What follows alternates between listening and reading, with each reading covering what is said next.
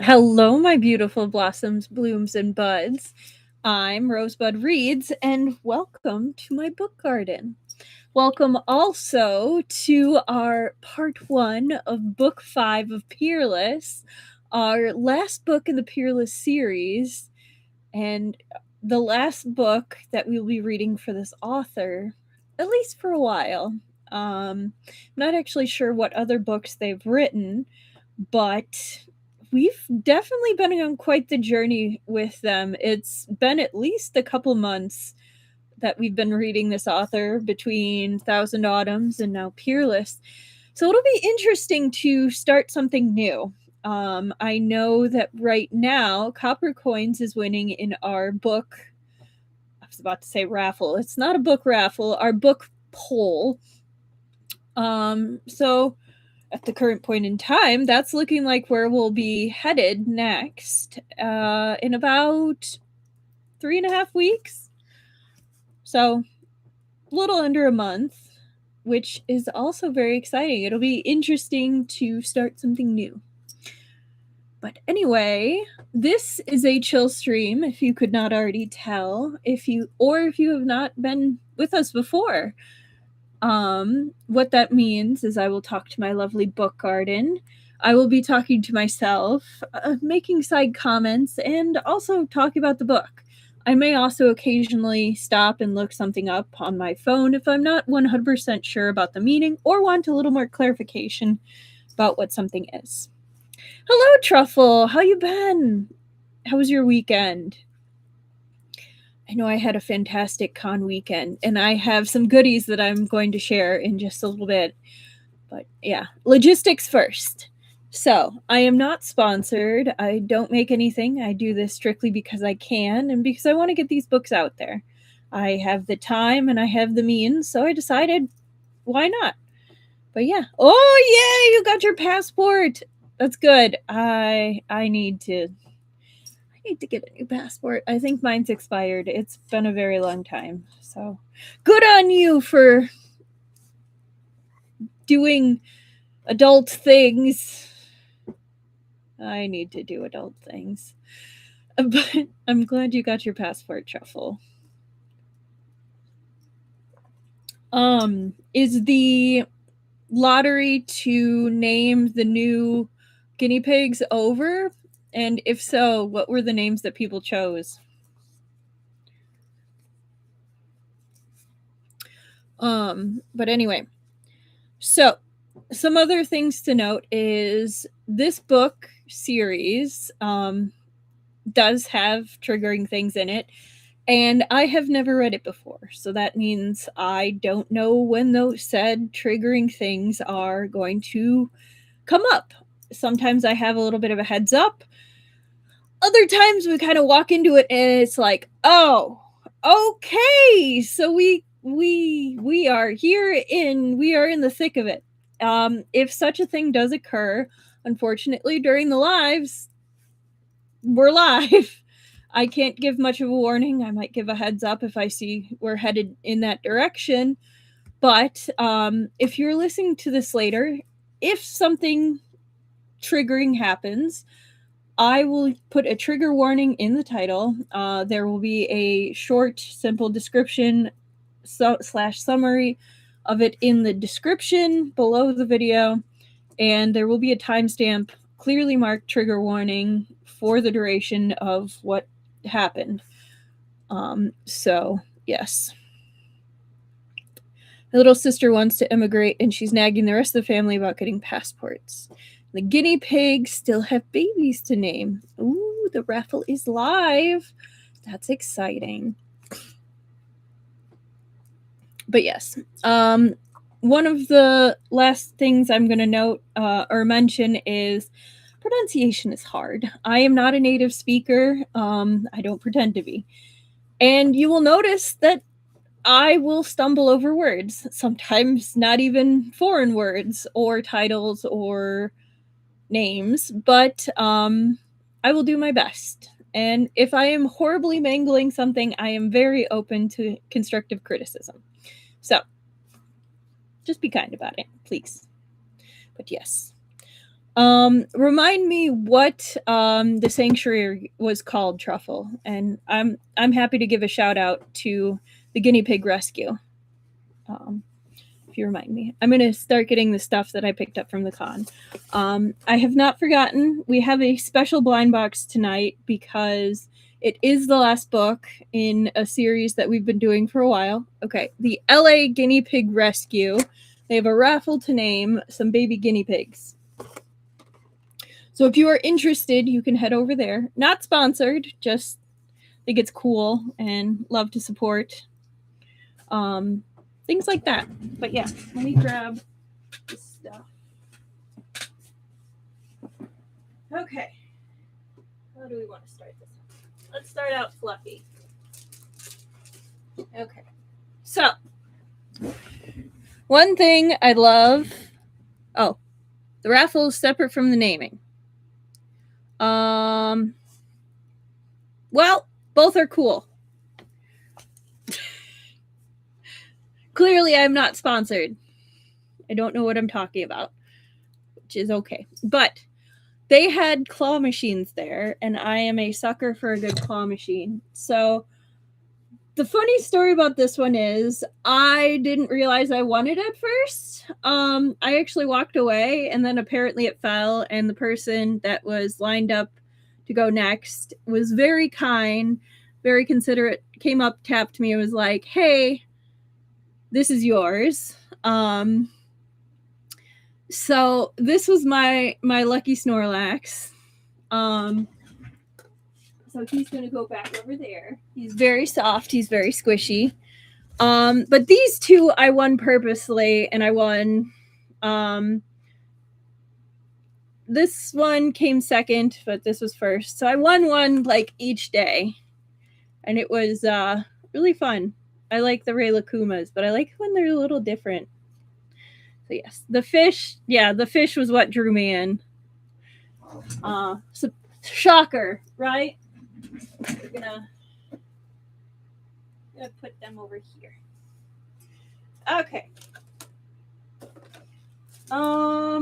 Let's do the big one next. So, I am not the fondest of buying big things because I don't have wall space for big things. So, yeah. But there was both a stamp rally as well as a just really nice artist aspect. Let's see if it registers through the plastic. So I have recently become obsessed with Witch Hat Atelier because the art is gorgeous. The storyline is really good. The voice acting is very nice. And everyone's pretty. So how can you not like it? Let's see if we can see this one.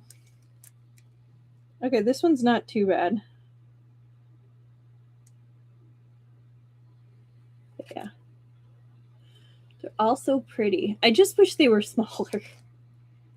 So I'm not 100% sure where I put it. So the first one is from D Laser Art. So this is the first one. And this one is someone very talented who I can't find their name. And they did not include a card.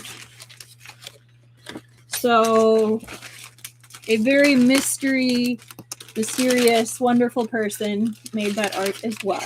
All right, we're just going to leave that one out.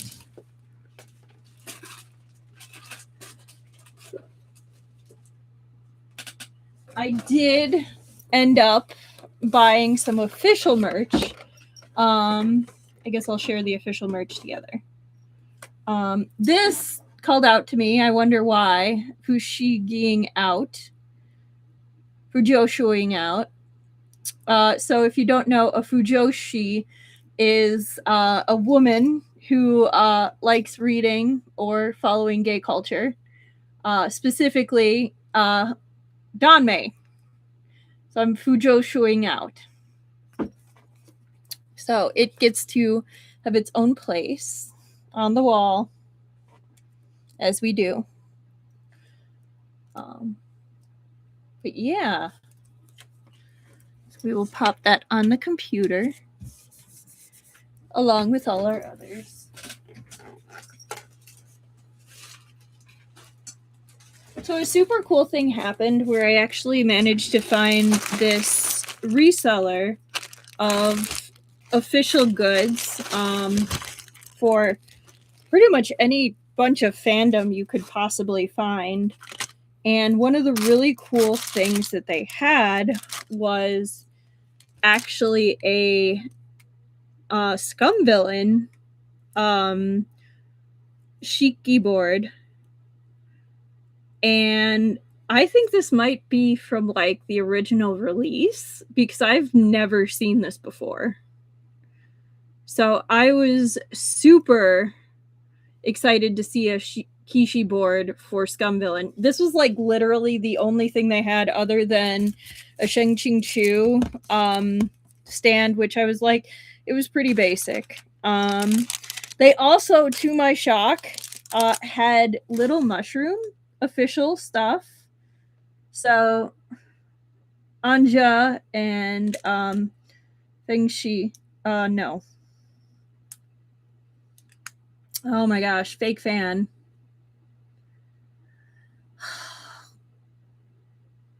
Fushen. Oh my gosh. They all blend together after a while. But as you are probably not surprised, I also got some of my boy. My favorite beautiful boy.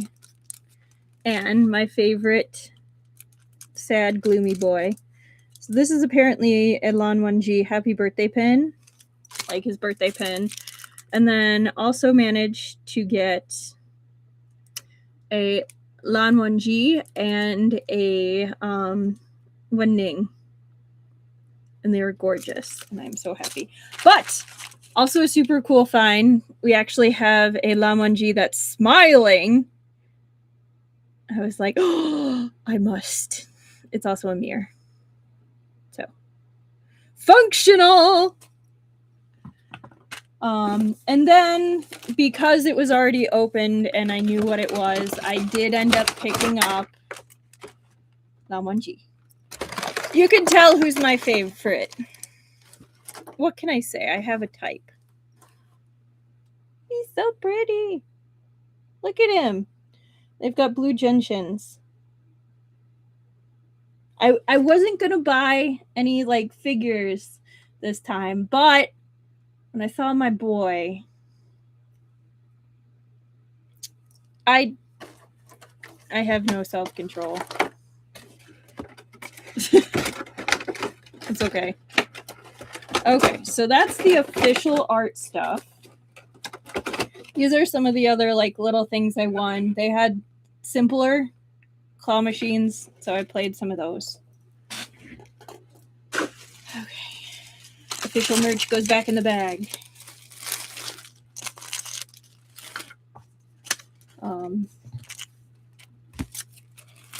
We'll find a place for this stuff. If anyone new is joining, this is not what we usually do at the beginning. Usually we chat and kind of catch up on the week, and then we'll usually get started. Since I went to a convention this weekend, I'm kind of showing off the goodies. But we will get started very quickly afterward. Okay. So, continuing the Witch Hat Atelier, this is a book nook, and it is insanely cool. This little part, oh, I'm about to break it into pieces. This little part, it's lights that you put in between. I'm not going to do that right now because I want it to last longer, but how cool is this? Like, that's so cool. I think I'll go put these over here. I'll put this one here. Oh, and she can go boop, right there. Right?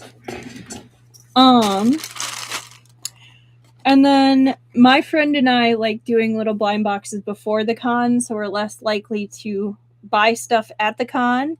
And this was the blind box she chose this time. And they're very cute. I like the little seal on their head.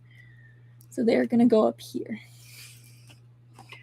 And then randomly, when we were checking out and just taking a break, a random person walked up to me and was like, "Hi, we're giving these away. Do you want one?" And I looked and they actually had demo stuff. And I was like, sure. So they gave me this for free. And he's adorable. So I was like, yeah. So they'll also go up here for now, and they'll go back on the shelf. But they were a very nice person. Just chilling.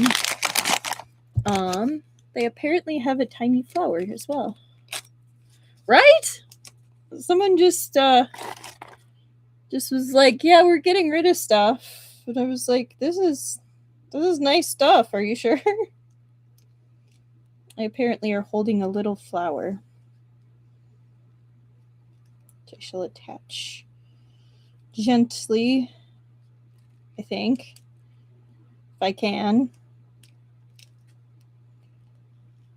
There we go. Ta-da! They're holding a little flower. So cute.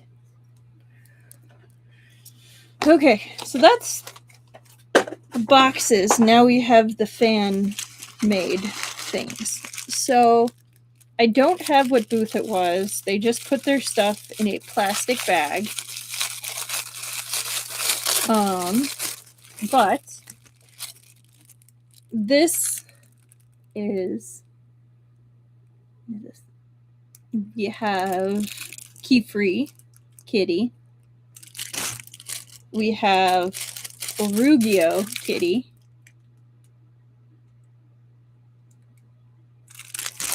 And I don't know how many of you have seen Project Hail Mary, but we also have Grace. Project Hail Mary. You're going to see Project Hail Mary stuff. What little I could find, I was very excited to see. But yes. Yes, they're very cute.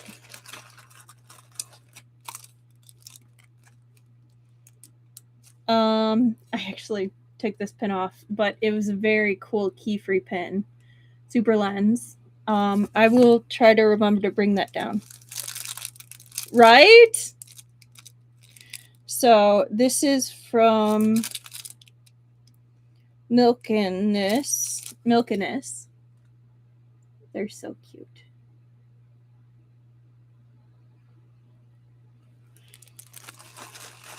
I love that they're holding hands. And then this one is also from Milkiness.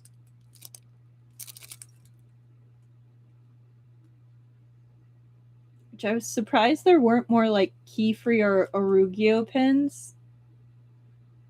There's not a ton of stuff. It's been out for a while. Oh, they did have a card.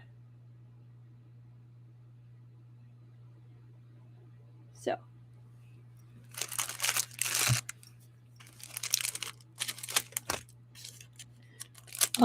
So this was the stamp part of the stamp rally that I was doing. And it was to make a purchase, and we got a breadboard. And I will bring that down probably Thursday. But yeah. So these are kind of the stuff from those artists. That amazing little book nook was part of the raffle. That was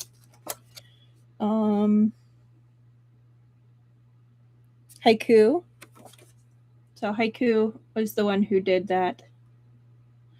And these, I think, are Poexy. epoxy. So there's a tiny Chat Atelier sheet. Super cute. It was an interesting thing, but like it's super cool. I love the way the Peerless uses color because it pops so much.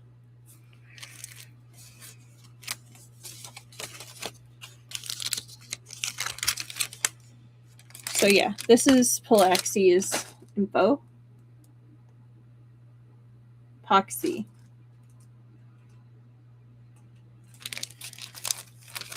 Yes, chibi stickers.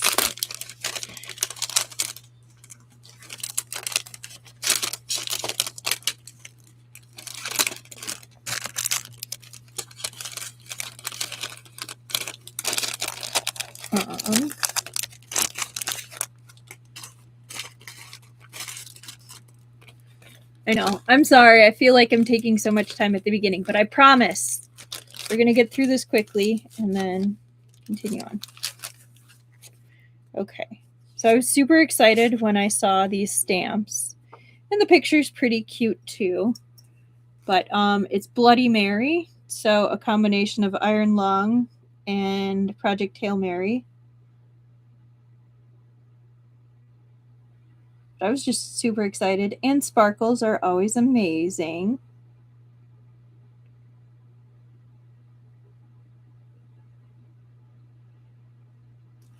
Hi, Mars Rover. Welcome. Yeah, we're just going through some of the merch. I'm looking for an artist's name, but they did not include a card. So I cannot name them, but they did an amazing job. Okay, next we have super cute Brush Buddy stickers as well as a group sticker. And this is by Kiko Paints. Both of these are by Kiko Paints. Oh, hang on.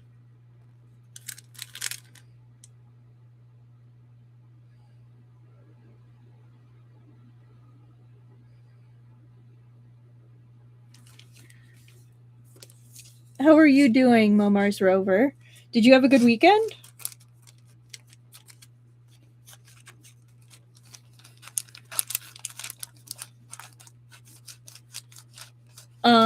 I do have a question about the last book. Do you think the Emperor and Empress knew about the provincial governor's thing for Princess Li Peng?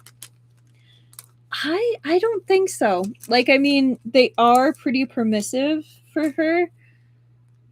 Ooh, you got to read lots. Amazing. They seem permissive, but I don't think that permissive.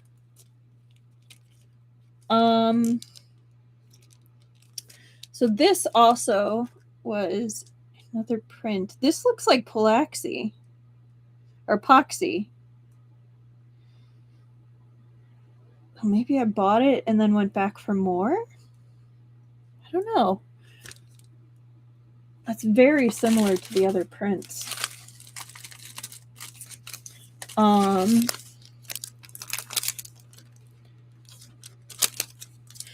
Oh, maybe. That could be. It doesn't say anywhere yes or no, but I could see why you would think that. So again, there's no name on this, but it's absolutely gorgeous.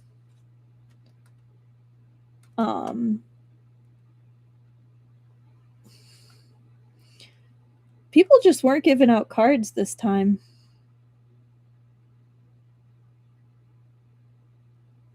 Oh, am I holding it wrong? Maybe I'm holding it wrong. I think it's supposed to connect. Yep, there we go.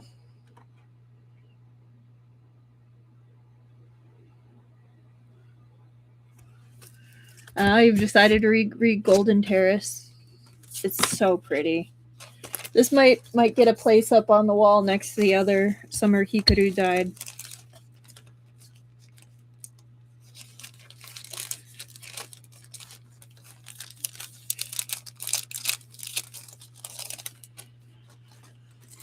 super pretty. All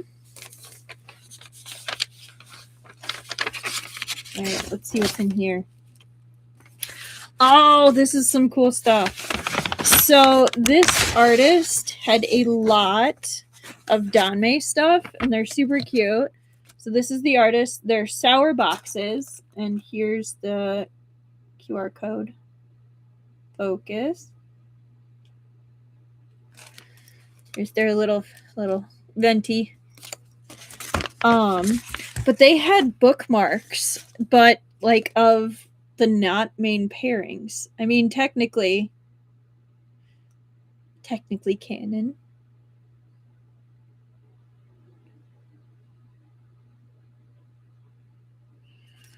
Yeah.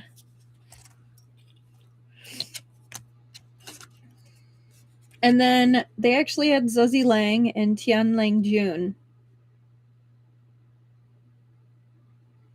Which I was like, you have my boy! And of course, Tian Lang Jun is reading a yellow book. Well, it's not yellow, but we all know it's a yellow book.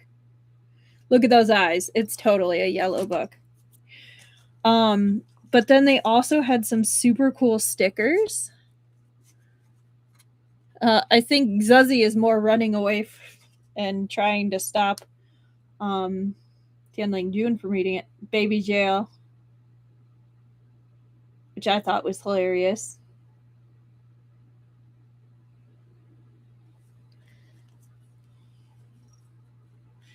An adorable Bing Yuan Sunday. Focus. Come on.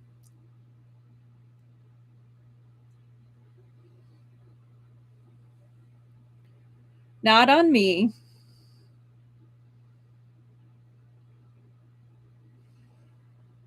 There we go. Of course, when I saw that they had Skin Zun, technically Bing Zun, Skin Bing, I was very excited. And of course, just good old Shenju.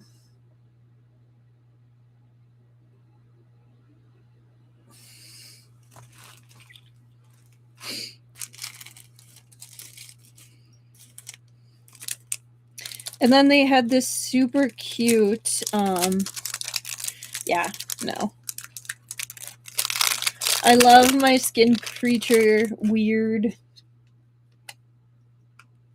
Gotta love the scum villain scene. All their fascinating quirks. Look at Shizen and the babies.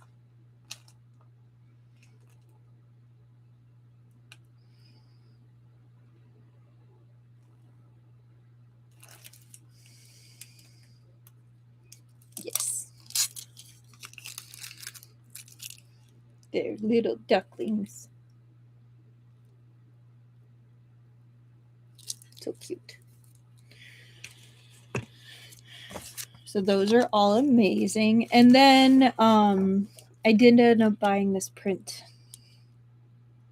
because they also had some prints in like normal style. It was gorgeous, and I love the Shen Yuan rep.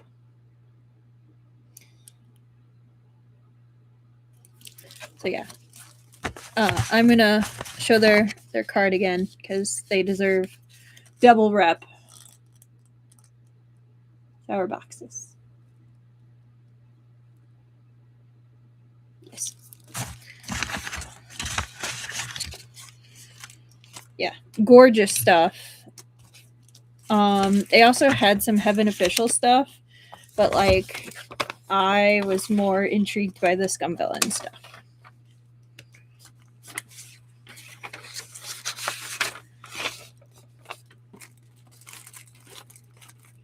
So I don't have the card for this one, but super cute Wang Shen.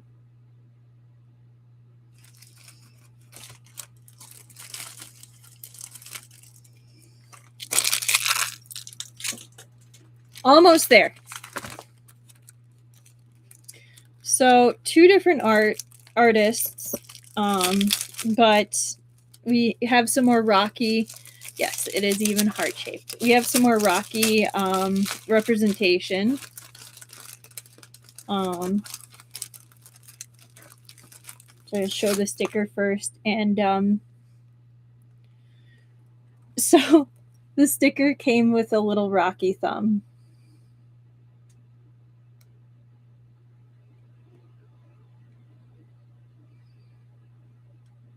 Which I think is amaze. And then from a different booth,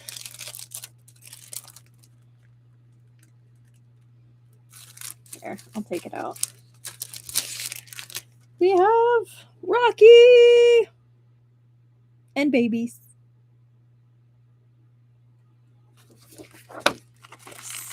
Okay, I have one more thing. It's so cute. I had to. Oh, I lied. I have more.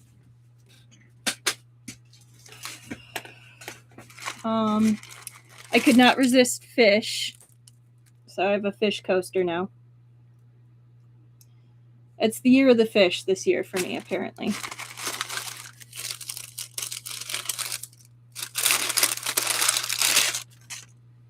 I also bought Rotten Girl Miku.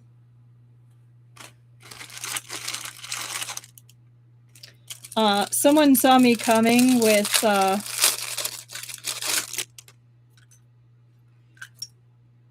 this. They saw me coming. But how could you not? And then there were also these little figures. Yes.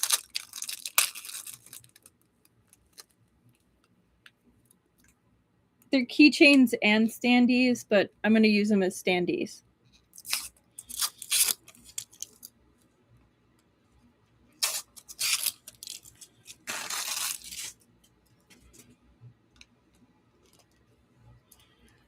So we have Arugio. Which, by the way, if anyone has seen the newest episode, fantastic, delightful. I need 20 of them. Ah, the bookstore is baiting you, huh? Yeah, it'll do that. I'll definitely do that. But yeah, it was a great weekend. I had a lot of fun with my friend. We went to a couple panels. One was on horrible hay in history. It was pretty funny. And we went to a dance and just kind of did our own thing. Went to a couple photo shoots. DVD's a mermaid forest, huh? And then there's 2 sides to both of these. I forgot. So there's this side. Then there's Happy Boy. And then there's Winky, Sleepy Boy. Kind of sad, Awake Boy. But yes. Together! I don't know what the ship name is yet. Olroofy? No, that sounds like a drug. Maybe not Olroofy. I don't know. Yes, hay in history. Like, there was an instance where one of the crown princes was escaping and hid with his guards in a cave, and the enemy was coming up to him, and they were, when I say cave, I'm being very generous. It's like 16 feet back, kind of more like an alcove. They shove themselves in there. They're injured. They think, oh man, we're about to be caught. And a bird flies out of the cave right as the soldiers are looking for him. And the soldiers figure, hey, there's a bird in this cave, so there can't be people in there. The bird wouldn't have stayed if there were people in there. So they just continue on. They don't search the cave, and even the prince and the soldiers inside of it, his men, are very confused because they thought they were dead. Nope, they lived. They survived. So that was like my favorite little anecdote of Heian history. Was things about birds. Which, hey, history's sometimes crazier than fiction, so I believe it. But yeah, it really is funny. Momars are over. But I'm done showing off con merch, so now, since we are starting a new book, I will quickly do our blind box. Yeah! It was apparently a very wild period of history with lots of hijinks and not necessarily smart decisions made by the ruling class. Okay, so let's see what we got. We have things falling out. That's what we've got. Ooh. Okay, so these were the choices. And they're all really pretty. Oh, there's more. And oh, so pretty. So this is the one that we got. Look. I figured we'd do something bigger just for the last one because this has been kind of an ongoing thing. Yes. Oh, thank you, Momars Rover. Yes, I did post my Zuzzy Lang cosplay in the posts. Oh, cool. It stands up. It'll stand up. I was kind of wondering, like, do I hang this on the wall? Nope. Yeah, the lantern's super cool. It's 3D. So, very cool. Okay. Guess I'll put this over here. Thanks. All right. On that note,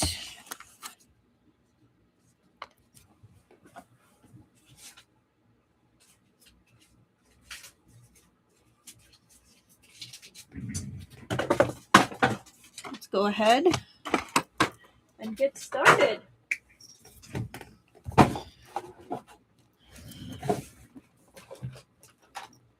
All right.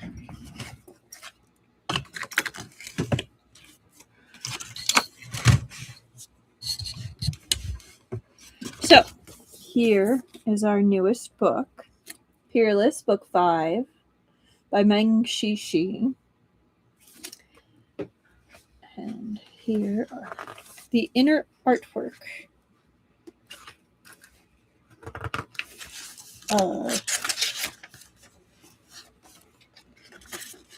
We have a special inner page.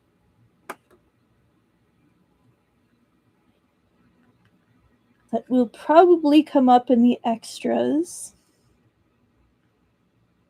They're so pretty. Ah! We're going to start the shamelessness count with that cover. We could. We definitely could. Here's the expanded view.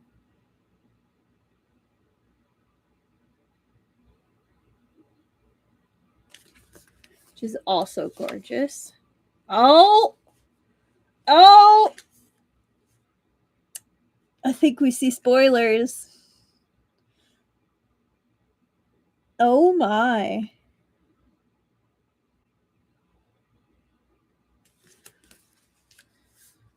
I guess we can add 2 to the shamelessness counters.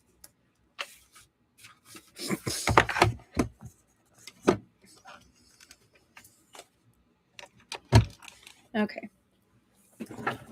So from what I remember before, they were kind of sorting out things in the other town, getting ready for the official actual trial, and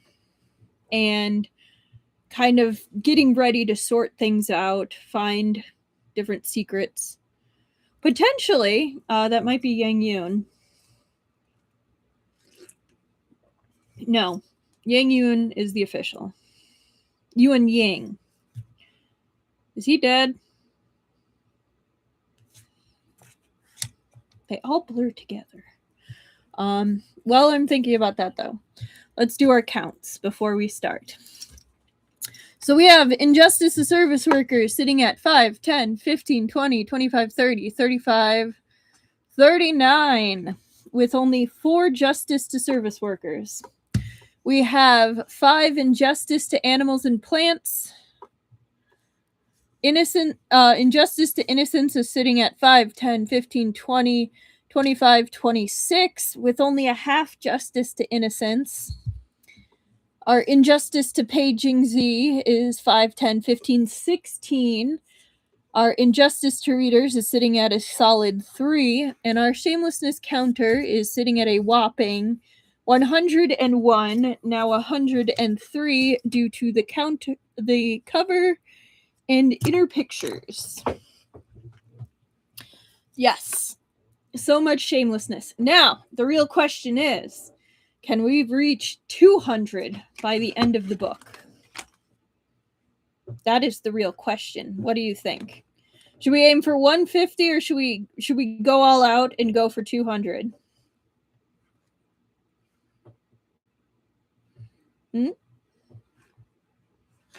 What do we think? Yeah, most of it is because of Feng Xiao.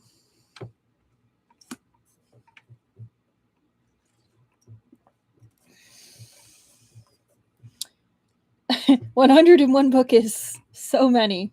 I believe we can. Well, let's see. I'm gonna just go ahead and get started.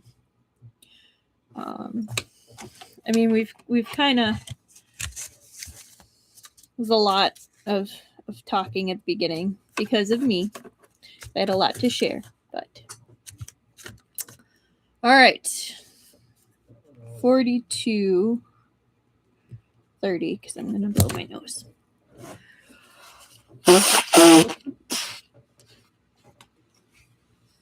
All right. Chapter 153. At Chubachu's request, Commandery Governor Yang Yun was escorted in. Aside from the listlessness of his gaze, he looked much the same as he always had. He even still wore the same clothes, though they were now rumpled and worn. But in everyone else's eyes, he was already a man fallen from grace. Gone was the confidence of a leader who had everything under control. The court had yet to issue any official decree, so he remained Commandery Governor in name. But in truth, he was nothing more than a prisoner, the lowest of the low. Yang Yun paid no mind to the many gazes upon him. He didn't even glance at Chubachu. Pei Jingzi placed a ledger in front of him. Li Yan, the deputy magistrate, had concealed Yang Yun and the local bigwig's dealings within a series of erotic paintings, which he used as an encoded ledger. It was a decently clever move. The paintings had provided him with both leverage over Yang Yun and insurance in case of emergency. Unfortunately, he'd crossed paths with the demon known as Feng Xiao. The deputy chief of the Jijian Bureau had turned the house Li Yan gifted his mistress upside down, and the paintings had thus fallen into Chubachu's hands. At the time, Chubachu had deemed dealing with Yang Yun the most urgent task. He hadn't had time to ponder the specifics of what was hidden in the paintings. But after Governor Yang Yun and County Lieutenant Wu Yi's capture, Li Yan no longer had any reason to hold out. Hoping to lighten his own sentence, he happily copied out the accounts concealed within the paintings for Chubachu. I hope Feng Xiao never finds that painter. Oh, I'm sure if he's dedicated enough, he could definitely track them down. Only then did Chubachu and the others discover Li Yan's second layer of deception. Each painting contained 2 sets of accounts. One for Yang Yun and the wealthy landlords, and another that only Li Yan, Wu Yi, and the other county officials knew about. It seemed even Yang Yun's co-conspirators had deceived him and pocketed a portion of the embezzled grain for themselves. If only Li Yan had applied his smarts to state matters. Had he used such clever methods of concealment to contribute to the court's secret communications with Goguryeo or the Khaganate, he could have actually been useful. Tragically, the deputy magistrate possessed skill but no insight into how to use it, which was why he had been stuck as a mere county official his entire life. Oh, he definitely commissioned a lot of paintings. Yes. Soon, he wouldn't even be that. This ledger lists the profits the Li and Ding families received from the grain donation policy and its tax exemptions. Is this correct? Chubuchu's fair and slender fingers pushed the ledger closer to Yang Yun, who instinctively edged away. Those beautiful, harmless fingers were monstrous to him. His heart shuddered. That is correct, he said, voice hoarse. Governor, Li Gang, the patriarch of the Li family, spoke in tones of displeasure. You haven't even opened it to check. How would you know if it's correct or not? You may be from the imperial court, but you can't distort the facts. Yang Yun's previous arrogance had vanished without a trace. When he heard Li Gang's words, he confessed everything, as if possessed. Although I bear the surname Yang, my parents passed when I was young. I was never close to His Majesty. I was left destitute. I wanted to take advantage of my time in office to amass what wealth I could. When the floods came to Guangqian Commandery, I planned to keep some grain in the government stores to prevent the situation from worsening. It was Li Gang who urged me to take it all. During a disaster, he said, grain is more precious than gold. Those who hoard it can double their profits. The court wouldn't just stand by and leave the commandery without any grain. When the imperial censor came, we could persuade him to petition the court for aid on our behalf. The court would allocate more grain, and that could be used to feed the victims of That decision was yours alone. Li Gang, no longer able to remain still, had leapt to his feet. What does it have to do with us? Yang Yun stared at him coldly and said nothing. Li Gang took a deep breath and turned to Rongqing and Chubuchu. My lords, Yang Yun is the commandery governor. He wielded incredible power here. If he hadn't taken the lead, would we have dared such a thing? All we could do was flatter him a bit to earn his favor. At the end of the day, Yang Yun was the one who made the calls. He had quickly realized that between Chubuchu and Rongqing, it was Chubuchu who had the greater authority. His gaze remained fixed on Chubuchu as he spoke. Hoping to gauge his reaction. But he was soon disappointed. Chubuchu was calm and unperturbed. His posture had remained unchanging from the moment he sat down. Even his eyebrows never twitched. Ignoring Li Gang's protestations, he glanced at him and offered, It's not too late to hand over the grain you've been hoarding and reduce your sentence. Li Gang's face spasmed. Bitterly, he said, My family truly has no grain left. If you don't believe me, send someone to investigate. None? Chubuchu asked. Truly. His voice was so soft it would have been inaudible if Li Gang had been just a bit farther away. Had Feng Xiao been present, he'd have been first to warn Li Gang that this gentle tone was an omen of impending misfortune. Unfortunately, Feng Xiao was not on the scene. Li Gang nodded, earnest and fawning. We really don't. If we did, I'd hand it over right away.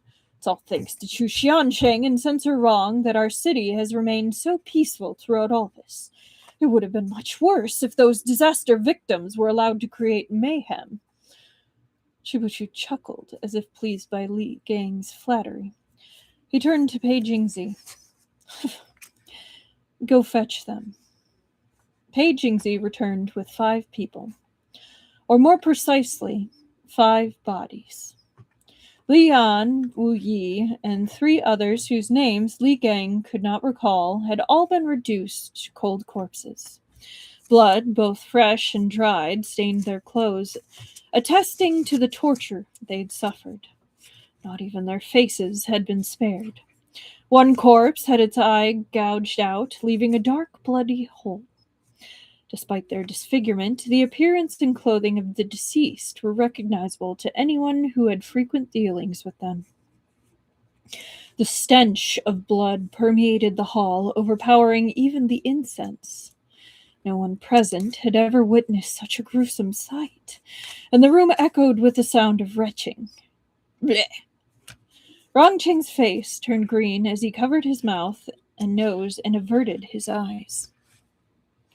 Li Gang stared at Wu Yi's mangled corpse, long enough for the bloody gash on Wu Yi's forehead to etch itself vividly into his mind. As the sound of vomiting filled his ears, nausea clawed its way up his throat until he, too, couldn't stop himself from emptying his stomach of his most recent meal. Blood, decay, and the sickly smell of bile. Just one was enough to suffocate a person. Assaulted by all 3 together, everyone was certain the stench would kill them. A few rose to flee the stifling room, only to freeze in the face of the gleaming blades of the Shuyue guard at the door. Yang Yun trembled. He looked at Chibuchu as if he was a demon. Wu Yi and Lan Yan were both court officials. You may be the chief of the Shuyue Bureau, but you have no right to kill them. But I've already done so, said Chibuchu gently. Yang Yun stared in shock. He suddenly felt the beating he'd received within the secret chamber wasn't so bad after all. At least he had escaped with his life. Chibuchu turned to Li Gang and the rest of the Guangqian commandery's wealthy families. Wu Yi and Li Yan were accomplices in the embezzlement of relief grain. As you can see, they have been dealt with. Yang Yun is the mastermind. He will be escorted to the capital to stand trial. I won't touch him. But your lives are even less significant than Li Yan's. Li Gang had lost what remained of his composure with his lunch. He glared balefully at Chibuchu. I'll have you know I'm related to the current Duke of Tang. He was a clever man. Rationally, he knew threatening someone with his connections would only enrage them. But this current turn of events had him in completely over his head. He'd lost his confidence and was grasping at straws. Chibuchu calmly interrupted him. I've just arrested the Emperor's nephew. You are merely a distant relative of the Duke of Tang, and many times removed at that. Whether he would even acknowledge your connection is an open question. Let me ask you one last time. Will you hand over the grain? The 2 locked eyes. Li Gang's chest heaved. He knew the wise choice was to obediently give up his spoils. But he'd been in Guangqian County too long. Though he held no official position, the Li family name was synonymous with authority here. Even Huang Lue and the other officials under Yang Yun's command had shown them the utmost respect. To submit to this outsider was too hard a pill to swallow. Chibuchu could see Li Gang's hesitation. After a few moments, he said, Very well. Very well? Very well what? Li Gang was still staring at Chibuchu in bewilderment as he said, Invite Deputy Chief Feng inside. In no time, Feng Xiao appeared. Although Li Gang didn't recognize this man, he was instantly captivated by his handsome appearance. Judging by the hush that fell over the hall, he was not alone. The moment Feng Xiao entered the hall, even the nauseating stench seemed to lessen. "This is Feng Xiao, the deputy chief of the Jijian Bureau," said Chubachu. Many, not recognizing the name, looked around in puzzlement, but the officials sat up at once. Li Gang, too, had heard of this bureau. Feng Xiao acknowledged neither the introduction nor the onlookers. He strode straight up to Li Gang and scrutinized him with a haughty gaze. "You are the head of the Li family?" Yes," Li Gang replied instinctively. It was the last thing he said before Feng Xiao's sword plunged into his chest. He had yet to even cup his hands in greeting. He never imagined that a single yes would be his final word. A shriek as shrill as a woman's went up as blood sprayed the man beside him. Such a sound from the mouth of a grown man was enough to make any listener wrinkle their brow. Li Gang's eldest son shouted and lunged towards his father. A kick from Pei Jingzi sent him crashing to the ground. Feng Xiao withdrew his sword from Li Gang's chest, and the Li family patriarch collapsed woodenly backward. A sword through the heart sent a powerful message. Before chaos could erupt in the hall, Chubachu coughed. "Everyone shut up, or you'll be next." The crowd fought to keep their voices and expressions under control. A few slapped terrified hands over their own mouths. "I've already ordered Li Gang executed. I don't mind sending a few more heads rolling." Chubachu scanned the room. Almost everyone ducked their heads, too afraid to meet his eyes. The head of the Ding family was first to come to his senses. Ignoring Li Gang's son on the ground, he crashed to his knees. I'll hand it over! I'll hand it over!" he cried. "My family has surplus grain stored just a street away. I'll take you there right now." Chubachu sighed regretfully. If only you had done this earlier, no one would have had to die." Everyone else surged forward to pledge allegiance. They shivered as they knelt, fearing their lives would be forfeit if they spoke too late. Pei Jingzi shot a puzzled look at Feng Xiao, who was standing dutifully behind Chubachu like a background prop. Suddenly he realized his lord was still in seclusion.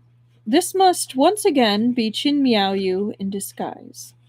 No wonder his behavior had been so off. Real Feng Xiao would never be this quiet.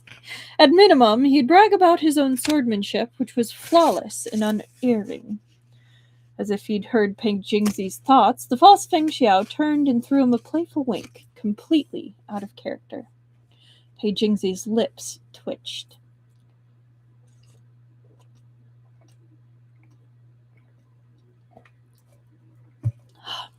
Oh my goodness, I added a lot of ginger to my tea today, and it is spicy. All right. We're just going to keep on going. All right, 58:30. Oh, I'm sure Chubachu noticed.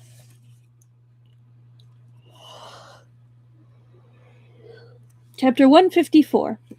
Rongqing watched, his heart racing in fear. He'd known Chubachu would use both carrot and stick to force these people to hand over their remaining grain.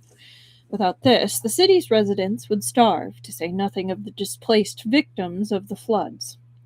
Still, Rongqing hadn't expected Chubachu to be so ruthless.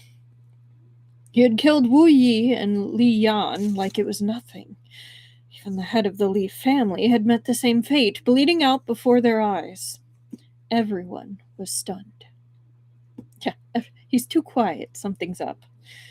Rongqing had braced himself to spend the entire day persuading these stubborn mules. Instead, a single iron-fisted blow from Chubachu had cowed them in an instant. Rongqing watched them all bow their tear-stained faces, pleading before Chubachu, and realized the grain shortage in the county was as good as resolved. The worries of the past few days were swept away. Yet Chubachu showed no sign of joy. His demeanor toward these wealthy families remained unchanged throughout, cold and unsmiling like the incarnation of King Yama himself. You've purchased lives with this grain. I hope you will keep your promises. If not, I don't mind sending a few more of you to keep Li Gang company. Understood? Everyone trembled. When King Yama himself was speaking, who would dare deceive him? Any such thoughts were long extinguished. Chubuchu glanced at Feng Xiao by his side. Deputy Chief Feng, thank you. The Jijian Bureau's hard work is certainly appreciated. Qin Miaoyu thought this a bit strange. Chubuchu knew who she really was, so why address her so deliberately in public? Was he trying to buttress his actions here with the Jijian Bureau's reputation? She blinked, suddenly sure she had fallen into a trap.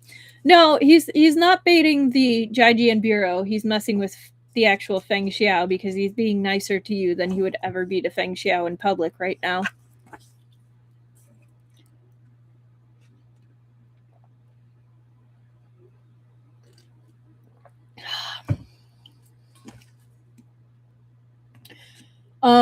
Plus, I'm going to do one shameless for just outright killing a man.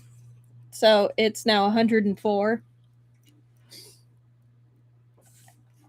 Before she could consider this further, Pei Jingzi called to the assembly.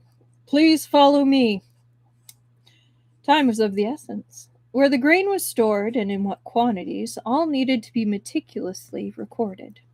They couldn't allow the families a moment for second thoughts, nor allow the clerks any openings to line their own pockets. The crowd was long since nauseous from the reek of the hall. They scrambled out the door after him as if fleeing a fire. Rongqing looked at the bodies strewn across the floor and furrowed his brow. Chu Xiansheng, regardless of their crimes, Wu Yi and the others were officials of the court. Such rash action is sure to draw criticism when we return to the capital. If you must petition for a defense, I am willing to co-sign. Chubuchu's face showed none of the gratitude Rongqing had anticipated at this offer to share the burden of responsibility. His expression remained inscrutable as he said, Bring them here. A moment later, Rongqing's eyes went round. The Shuoyui guards pushed two men through the door. They hung their heads, their faces filled with despair, like defeated soldiers returning from battle. Were these not Wu Yi and Li Yan? Rongqing looked at them, then at the bodies on the ground. He felt like he was dreaming. What's going on? Qin Miaoyu, still wearing Feng Xiao's face, took it upon herself to explain. Chu Xiansheng didn't kill them. He just used the corpses from last night's tavern brawl to scare that lot. In truth, disguise was not one of Qin Miaoyu's skills, and her imitation of Feng Xiao's voice was far from perfect. She'd only succeeded that night in the tavern because their enemies had been unfamiliar with Feng Xiao. Aware of this, she spoke now in her own soft, feminine voice. The jarring mismatch between the evidence of his eyes and ears compelled Rongqing to avert his gaze. Then is Li Gang also still alive? He breathed, a sigh of relief. Qin Miaoyu was unimpressed. He's dead. You saw it with your own eyes, didn't you? Rongqing froze, glancing at the fallen Li Gang. The man's face was twisted in death, the fatal wound through his chest still oozing blood. The Li family's eldest son was both angry and aggrieved, but he valued his life. He didn't dare rush forward and grab his father's body. Even he had obediently followed Pei Jingzi out of the hall to register their grain. So, Li Gang was the only one dead. Rongqing didn't know how to feel. He had offered to share the responsibility with Chubuchu, but seeing Wu Yi and Li Yan still alive had given him hope that they could avoid death altogether. If only they'd managed to convince Li Gang instead of killing him, they'd have won without any bloodshed at all, making their victory all the sweeter. Yang Yun leapt up. jabbing a finger at Chubuchu. You lied to me, you bastard! You didn't have the guts to kill them! Chubuchu regarded him coolly. Rongqing thought he might order Qin Miaoyu to strike Yang Yun. Instead, he grabbed Yang Yun's hair himself and slammed him into a nearby pillar with a muffled thud. Yang Yun had only had water and no food for several meals. He lacked the strength to fight back. He gave a pained cry and covered his mouth and nose, hunching as blood dripped through his fingers. Rongqing felt his own nose twinge with sympathy. Make no mistake, it's not that I cannot kill you, Chubuchu said. I simply do not wish to. I advise you not to spit on my kindness. If you refuse to cooperate, I will throw you before the refugees and tell them you're the one who left their families to starve. I'll retrieve you after they beat you halfway to your grave. Ha! Good luck with that. You let him free in front of those refugees, it's game over. Yang Yun squatted, covering his face and whimpering. It was unclear if he was weeping or moaning in pain. Fortunately for him, Chubuchu's chronic illness left him lacking in strength, or Yang Yun would be sporting a broken nose rather than just a bloody one. Chubuchu stepped forward. Yang Yun shrunk back. Suddenly, Chubuchu's expression shifted. Crinkling his brow in concern, he asked, Governor Yang, how have you hurt yourself again? If something's troubling you, please tell us. Don't hold back. Rongqing, watching, was just as speechless as Yang Yun. The governor felt like crying. He was currently too feeble to beat even Chubuchu in a fight. Even if he could, he wouldn't dare. Not with Qin Miaoyu and the Shu Yui guard glowering at him. But Chubuchu had truly driven him to desperation. Tears mixed with the blood streaming down his face as he huddled, trembling. Yeah, well, that's true, Truffle. That was pretty shameless. So we are at 105. Chubuchu bent down to pat his shoulder and offer a few words of consolation. Governor, you should get some proper rest. I'll take you back to the capital in a few days. Rongqing's eyes had been opened. If he had been in charge, would he have resolved the situation so quickly? Would he have dared to resolve it like this? He knew he would not.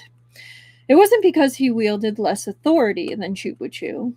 Imperial censors operated under the emperor's authority and had a similar prerogative to act first and report later. He could take a life if required, so long as he was prepared to explain himself before the court. But Rongqing couldn't bring himself to be so ruthless. Forget Wu Yi. Even if he was confronted with Li Yan, who had arguably done the most to deceive him, he would likely waver, unable to bring the knife down. Within a mere half a day, Chubuchu had exercised both murder and deception to force these greedy landowners into coughing up what they had swallowed. Yang Yun surely loathed Chubuchu to the bone, but what could he do? Chubuchu held damning evidence against him. Escaping this disaster with his life was already great good fortune. Whatever mischief he got up to in the future, whatever connections or identity he used to rebuild himself, he would never dare provoke Chubuchu again, not even if he had 10 times the guts. Rongqing wiped the last traces of doubt from his heart and finally reached acceptance. The most pressing matter had been settled, but Chubuchu was feeling too poorly to revel in his triumph. After instructing the guards to lock Yang Yun up, he'd returned to the relay station. His first thought was to go see Feng Xiao, but he was still in seclusion after his chi deviation and shouldn't be disturbed. Perhaps Chubuchu could just stand at the entrance to see whether the inner room remained shut. This would be enough to tell him if Feng Xiao was out of danger. Aw, he's concerned. Just as Chubachu reached the courtyard where Feng Xiao was staying, he stopped in his tracks. A pain, sharp as a needle, pricked his chest, and quickly spread through his body. He struggled to breathe. An unseen hand seemed to wrap around his throat and push him underwater. He fought to surface, yet his efforts were futile. The breath he drew through his nose thinned, and his limbs grew limp and heavy as if weighted down by stones. These were his old symptoms flaring up again: shortness of breath and heart palpitations, not an infrequent combination for him. Under normal circumstances, an ice fungus pill could alleviate them, but he had none left. He had given the last 3 to Feng Xiao. Xiao Xian had gone to a neighboring county to collect herbs to refine him new ones. She'd be gone some time yet. He hadn't anticipated his old ailment would rear its head so quickly, yet the symptoms overtook him now with incredible ferocity. He must have overexerted himself these past few days. First, he'd racked his brains for a way to deal with Yang Yun and his men, then he'd ventured out in the rain to search for Feng Xiao at the tavern. Considering the state of his body, the outcome was hardly surprising. This was also why Xiao Xian had kept quiet about Feng Xiao's predicament. She hadn't wanted him to give out the ice fungus pills. But a chief deviation was far more dangerous than labored breathing. He could endure it. After so many years, he was used to it. Hi, Esper lady. So we just finished the part where Chubuchu scared the crap out of all the landowners in Guangqian County, and killed Lian.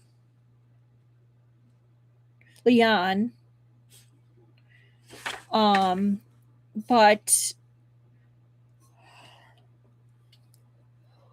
now he's walking to check on Feng Xiao and is having symptoms again of his old ailment. And we'll see where it goes from there. We only just started a little bit ago because I was doing con merch show and tell and stuff.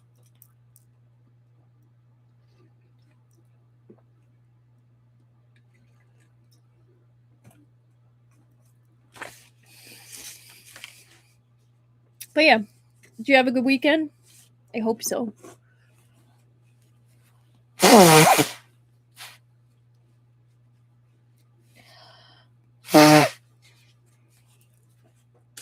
Okay. Eventually, the pain would pass. Chubuchu's pace was agonizingly slow. He kept a hand on the wall for support as he walked, putting one foot in front of the other. His back was less straight than normal, but not so much that anything was obviously wrong. His expression was utterly calm. So calm it was as if he was merely admiring the scenery as he passed. No onlooker would guess that he was in agony. Bone-deep, heart-devouring agony. Pei Jingzi stopped to greet Chubuchu as he passed. "Are you here to see my lord, Chu Xiansheng?" Said Chubuchu. He added placidly, "But I can't walk any farther. You'll have to help me." If Chubuchu said he couldn't walk, he truly couldn't. This man had an iron will and a pain tolerance equal to that of any top martial artist. It was only a pity that his body was like cracking wood and crumbling stone. Stunned, Pei Jingzi quickly took his elbow as he swayed. "I'll call a physician right away." "No need." Chubuchu's brow was furrowed, but his voice was steady. "The physicians here can't compare to Xiao Xian, and she's gone to get medicine. Just help me back so I can rest."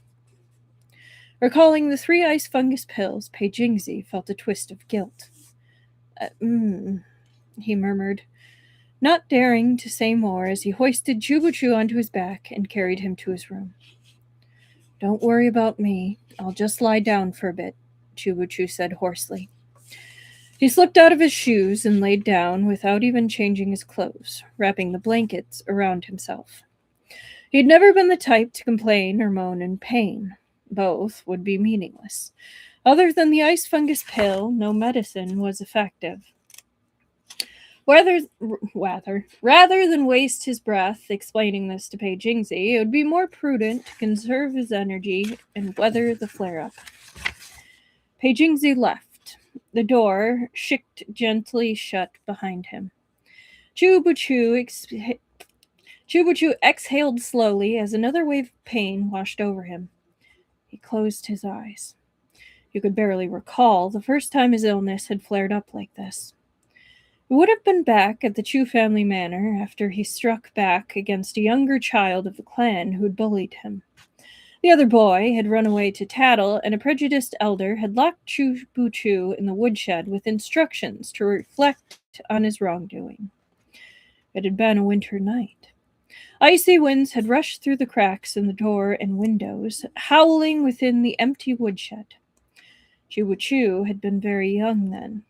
Regardless of how precocious he was for his age, there were times even he suffered defeat. After all, he was only a child.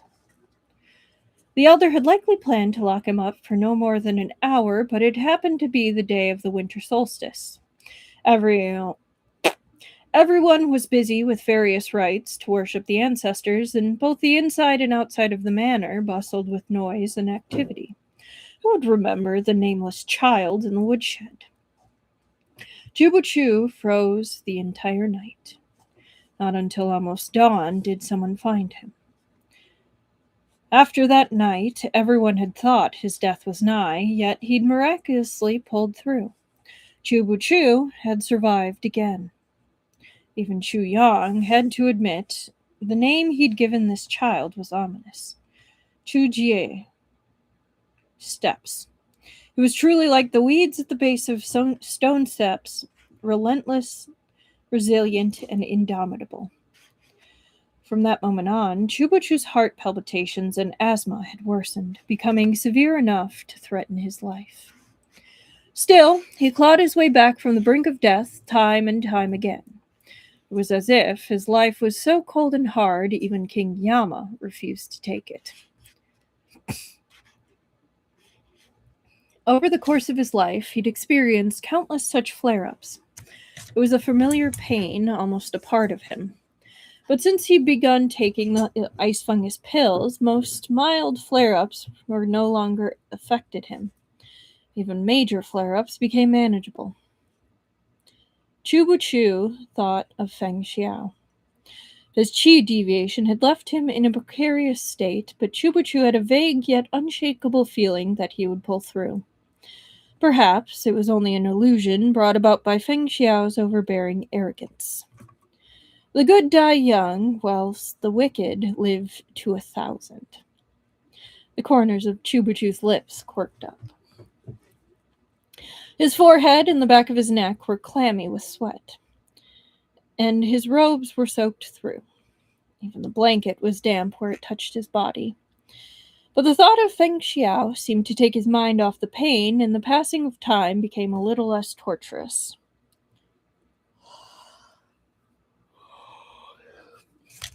That man's face took shape in his mind's eye.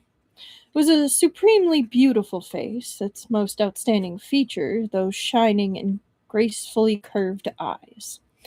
Unfortunate that some of its charm was lost whenever he opened his mouth to speak.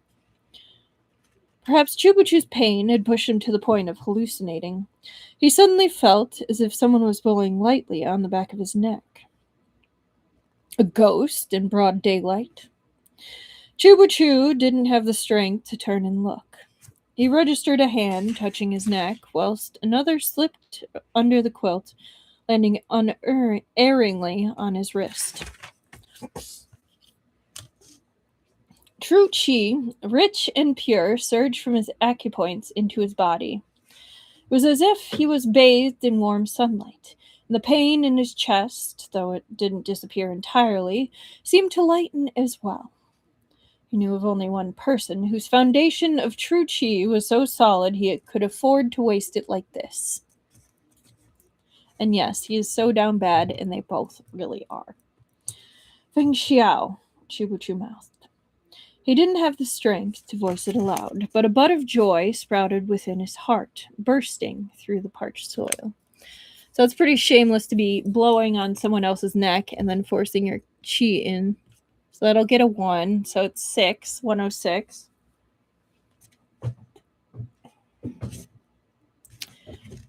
As expected, Feng Xiao had successfully emerged from seclusion.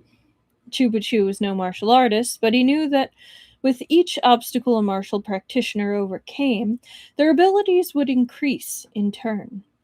If Feng Xiao was here before him, he must have surpassed himself and taken his martial arts to even greater heights. In exchange for those 3 ice fungus pills, my venerable self is willing to pledge myself to you. What do you say? Feng Xiao bent his head and then captured Chubuchu's lips. True chi poured in, flowing from his lips and tongue to flood Chubuchu's mouth. And a 7.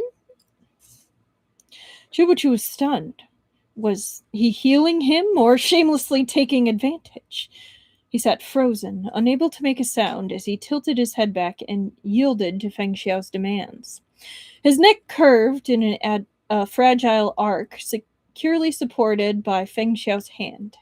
Their bodies were separated by the covers, yet intimately intertwined. An 8. The instant his mouth was free, Chubuchu was quick to express his opinion. Get out. Undeterred, Feng Xiao kissed his eyelids until they blushed red. Reflexive tears brimmed in Chubuchu's eyes on the verge of spilling over. Chief Chu was at his limit. I said get the hell out! And a 5. So we are at 10. Because, hello?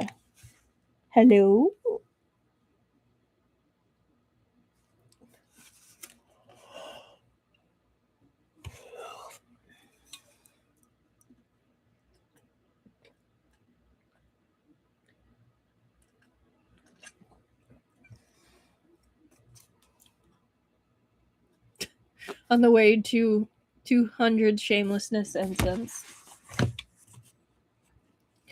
Yeah. Oh boy. Oh, let's the end of the chapter. These were going fast. I mean, I'm thankful because, like, all of a sudden I got hit by, like, I am very tired vibe. Just curious how long, which one's the long chapter?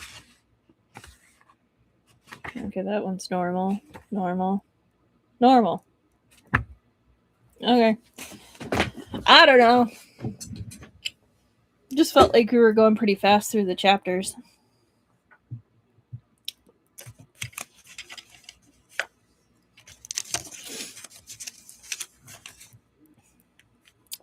$123.15.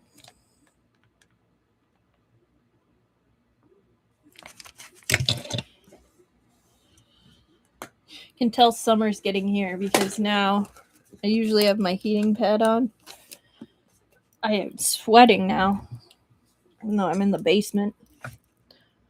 Alright, 155. Naturally, Feng Xiao did no such thing. Instead, he provoked Chubuchu further. Push me away if you can. Chubuchu was using all his strength just to breathe, completely dependent on Feng Xiao's internal energy to relieve his suffering. Even if he had the wherewithal to pull him off, he couldn't very well bite the hand that was feeding him.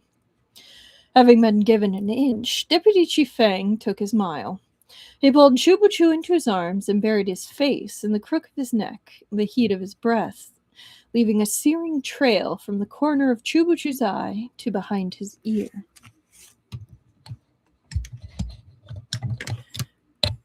It's supposed to get colder around here, but, like, yeah.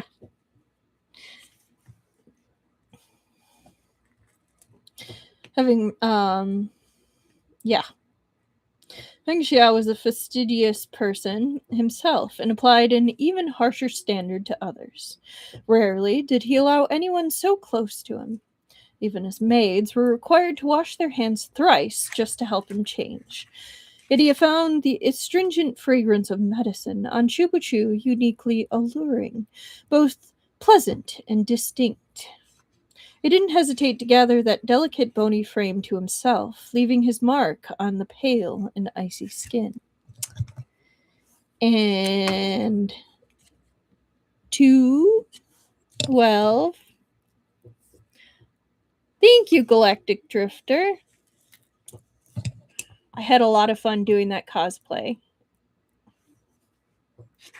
I'm guessing that's what you mean.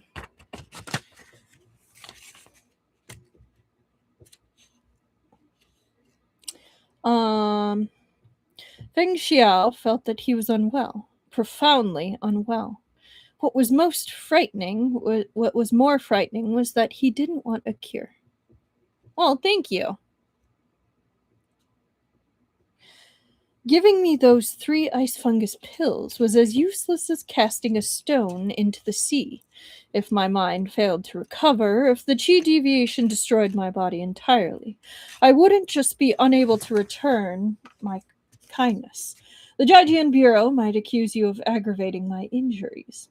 Chubuchu, you've never been one to engage in losing ventures. Your calculations are always flawless. Don't tell me this didn't occur to you. He didn't expect Chubuchu to give him an honest answer, but he obstinately asked anyway. Their eyes met. In Chubuchu's eyes, Feng Xiao saw feebleness, pain, and exhaustion. He saw a broken body riddled with unending illness. His fragile shell couldn't withstand a palm strike at half strength, and a mere gust of wind or fall of rain would leave him bedridden for weeks. It was a body always on death's door. Any physician, upon examining it, would come to the same conclusion. Chubuchu wasn't long for this world. Yet the owner of that body had somehow lived to this day. Very few understood how resilient that crumbling wood was, but Feng Xiao did. If Chubuchu had been able to practice martial arts, his achievements might surpass even Feng Xiao's.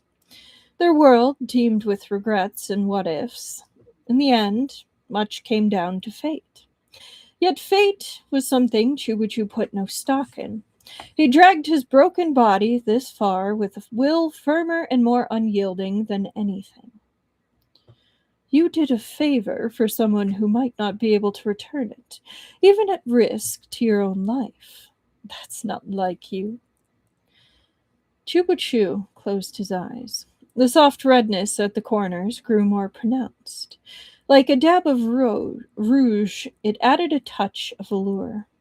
The color transformed his face from wan to vivid.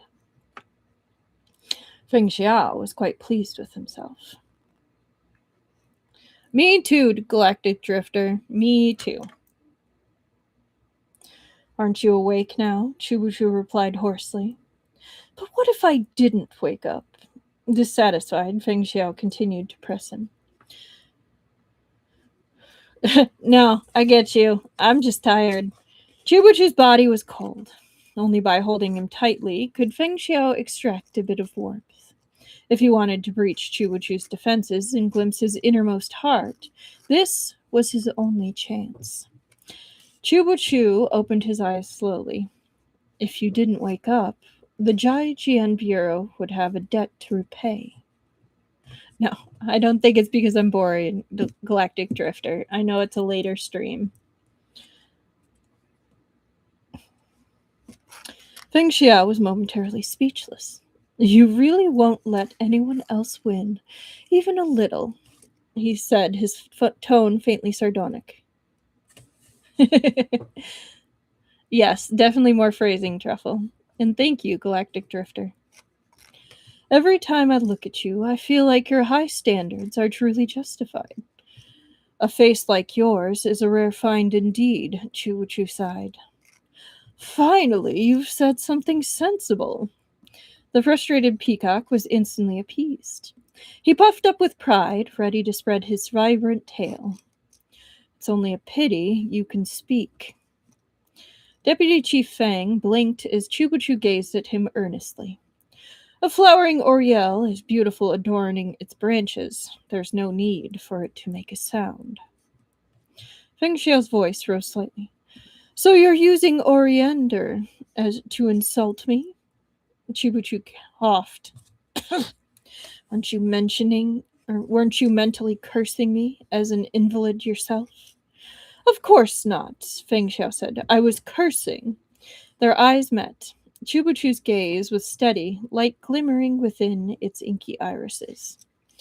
Feng Xiao caught himself just in time. I mean, I'm as fresh as the spring breeze, pure as moonlight. Those, like myself, naturally have a heart free of selfishness and full of sincerity.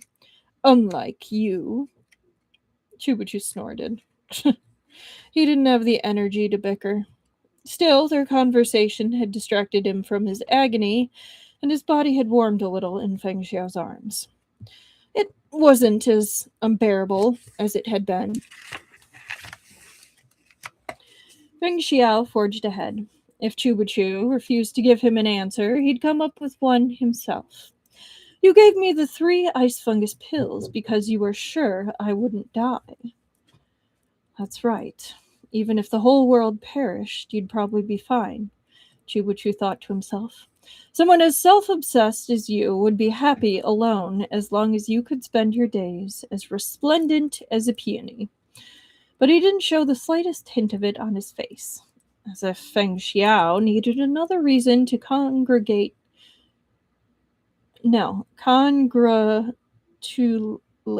Congratulate?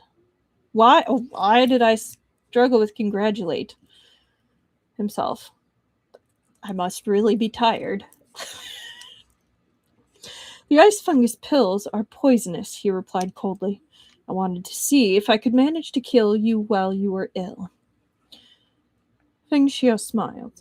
Chu, I love the way you spout blatant lies with a straight face. You are too adorable. As if to prove just how much he loved this adorable side of Chu, he surged forward in another impromptu kiss, seizing the chance to indulge himself. He swept the lingering aroma of medicine from Chu's mouth, marking him both inside and out with his own scent. Only then was he satisfied. 13. When he felt how still Chu was beneath him, he said knowingly, You can't even pretend to resist anymore. You must have been yearning after my beauty for ages, but were afraid I'd reject you. Is that why you're playing hard to get? Without waiting for Chubuchu to respond, Deputy Chief Fang sighed. Well, I shall take pity on you. Who made me such a thoughtful and gentle person? I've agreed. Agreed to what? Thought Chubuchu. Aren't you getting ahead of yourself? Fang heir. But what was there left for Chubuchu to say? His only reply was a cold laugh. A knock sounded at the door, and Qin Miaoyu's voice drifted in. Chief Chu, it's me. Come in. His symptoms had passed, and the pain had somewhat abated. His voice was no longer so feeble. Chief! The rest of the words froze on her tongue as she spotted Feng Xiao. She suddenly remembered she was still wearing the face of her superior. The two Feng Xiaos stared at each other, making an absurd picture. After the battle at the tavern, Qin Miaoyu should have removed her disguise, but Chu had told her to keep it on. Since Feng Xiao had asked them to heed Chu's orders before he had entered seclusion, she'd happily complied, using the guise of Deputy Chief Fang to intimidate the likes of Wu Yi. Now, in the presence of the man himself, she felt a bit sheepish. Feng Xiao cocked a brow, and Qin Miaoyu gave him a simpering smile. Despite his frivolous attitude, her superior wasn't an easygoing man. Everyone possessed two faces.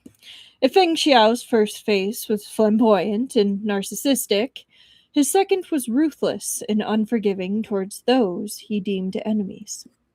Jin Miaoyu had suffered greatly at his hands once already, and had no wish to tread that path again. But with Chief Chu present, her lord would surely spare her, right? As she thought, Feng Xiao cast her no more than a fleeting glance. Jin Miaoyu breathed a discreet sigh of relief, then started in on her report. Chief Chu, Li Gang's eldest son, provided us with the location, and we've already searched and found the grain. It's all fresh. The Li family will deny it vehemently, but it must be part of the batch the court sent for the relief efforts. We also uncovered considerable quantities of grain at a few other households. Our people are still totaling the amounts, but we estimate it makes up around a quarter of that sent by the court. At present, that's all we can find. The rest was sold at high prices to local villagers during the initial shortage. There's no way to recover it. Jubuchu nodded. Tell them to keep the records in good order. Round up a few of Li Gang's sons and some members of the Ding family. We'll have Rong Qing escort them back to the capital. Qin Miaoyu was puzzled. What for? I said I wouldn't kill them, but I didn't say I wouldn't interrogate them. The Li and Ding families have amassed enormous wealth working with Yang Yun. Once they reach the capital, they'll do everything in their power to evade responsibility. I'll notify Zhang soon to have them first brought to the Shuoyue Bureau for questioning. These wealthy families have many sons. Internal strife must already be brewing within their clans. Chubuchu smiled coldly. If we exploit those conflicts, we may uncover a fair number of secrets. Yes, sir, said Qin Miaoyu respectfully. Chubuchu's scheming came as no surprise to her. From the moment she'd met the Shuoyue chief, he'd been someone who always thought 3 steps ahead. This might have posed no challenge to a healthy man, but considering the state of Chubuchu's body, wasn't it exhausting to maintain such mental acuity? Several impressions rose in her mind. Mental and physical depletion, shortened lifespan, a lamp burning the last of its oil. None of them were particularly auspicious. Feng Xiao, still sitting beside him, finally spoke. Qin Miaoyu, I presume you've been carrying out his orders using my face these past few days?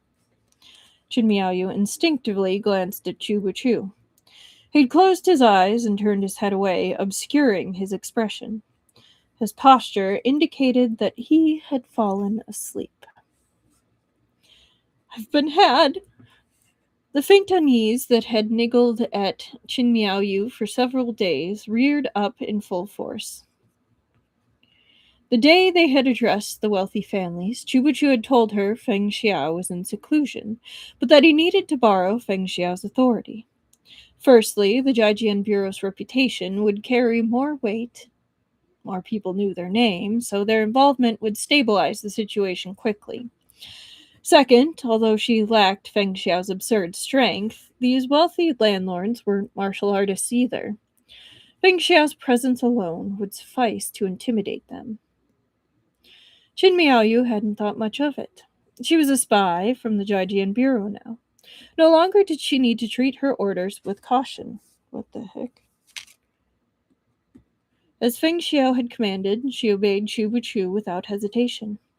Perhaps she'd been comfortable too long and forgotten her previous vigilance. Only now did she realize what was amiss. Outsiders didn't know she was Qin Miaoyu. They would only see her as Feng Xiao. They would think this case was jointly handled by the Shuoyue and Jian bureaus. If they offended anyone, both bureaus would bear the burden. The Shuoyue Bureau was responsible for cases related to the Jianghu. If not for the interference of the 13 floors of Yunhai, they would have no true authority to act here. The defeat of the martial experts at the tavern, Xiao Lu's servants' severe wounds, most of the credit for these lay with the Jijian Bureau. But no observer would know this. You would only believe the Shuyue Bureau had done a splendid job. What of the Jijian Bureau? For all their efforts, any blame for offending the families of Guangxian Commandery would fall on them. When Shubuchu went to claim credit, all he'd had to say was a breezy, "It was all thanks to the Jijian Bureau, and that would be that." Meng Xiao sighed and turned to Shubuchu. "I almost died defeating Xiao Li. My soul was wandering before the gates of hell. And you still set me up. Chubuchu, don't you feel the slightest guilt?" Despite the traces of illness that lined his face, Chubuchu's expression was serene. He seemed to have sunk into deep slumber, a rare thing for him to come by. He even emitted a few gentle snores. No matter how Feng Xiao thundered and roared, it was impossible to wake someone so determined to feign sleep. That's pretty shameless. All right, so 14.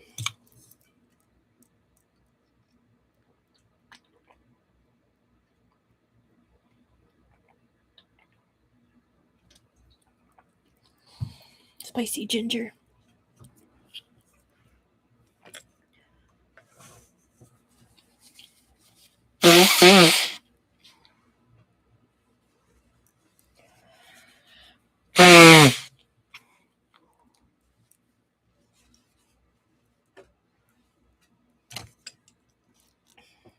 All right. 130. Okay. 156. Dark clouds loomed overhead, heavy enough to collapse the sky.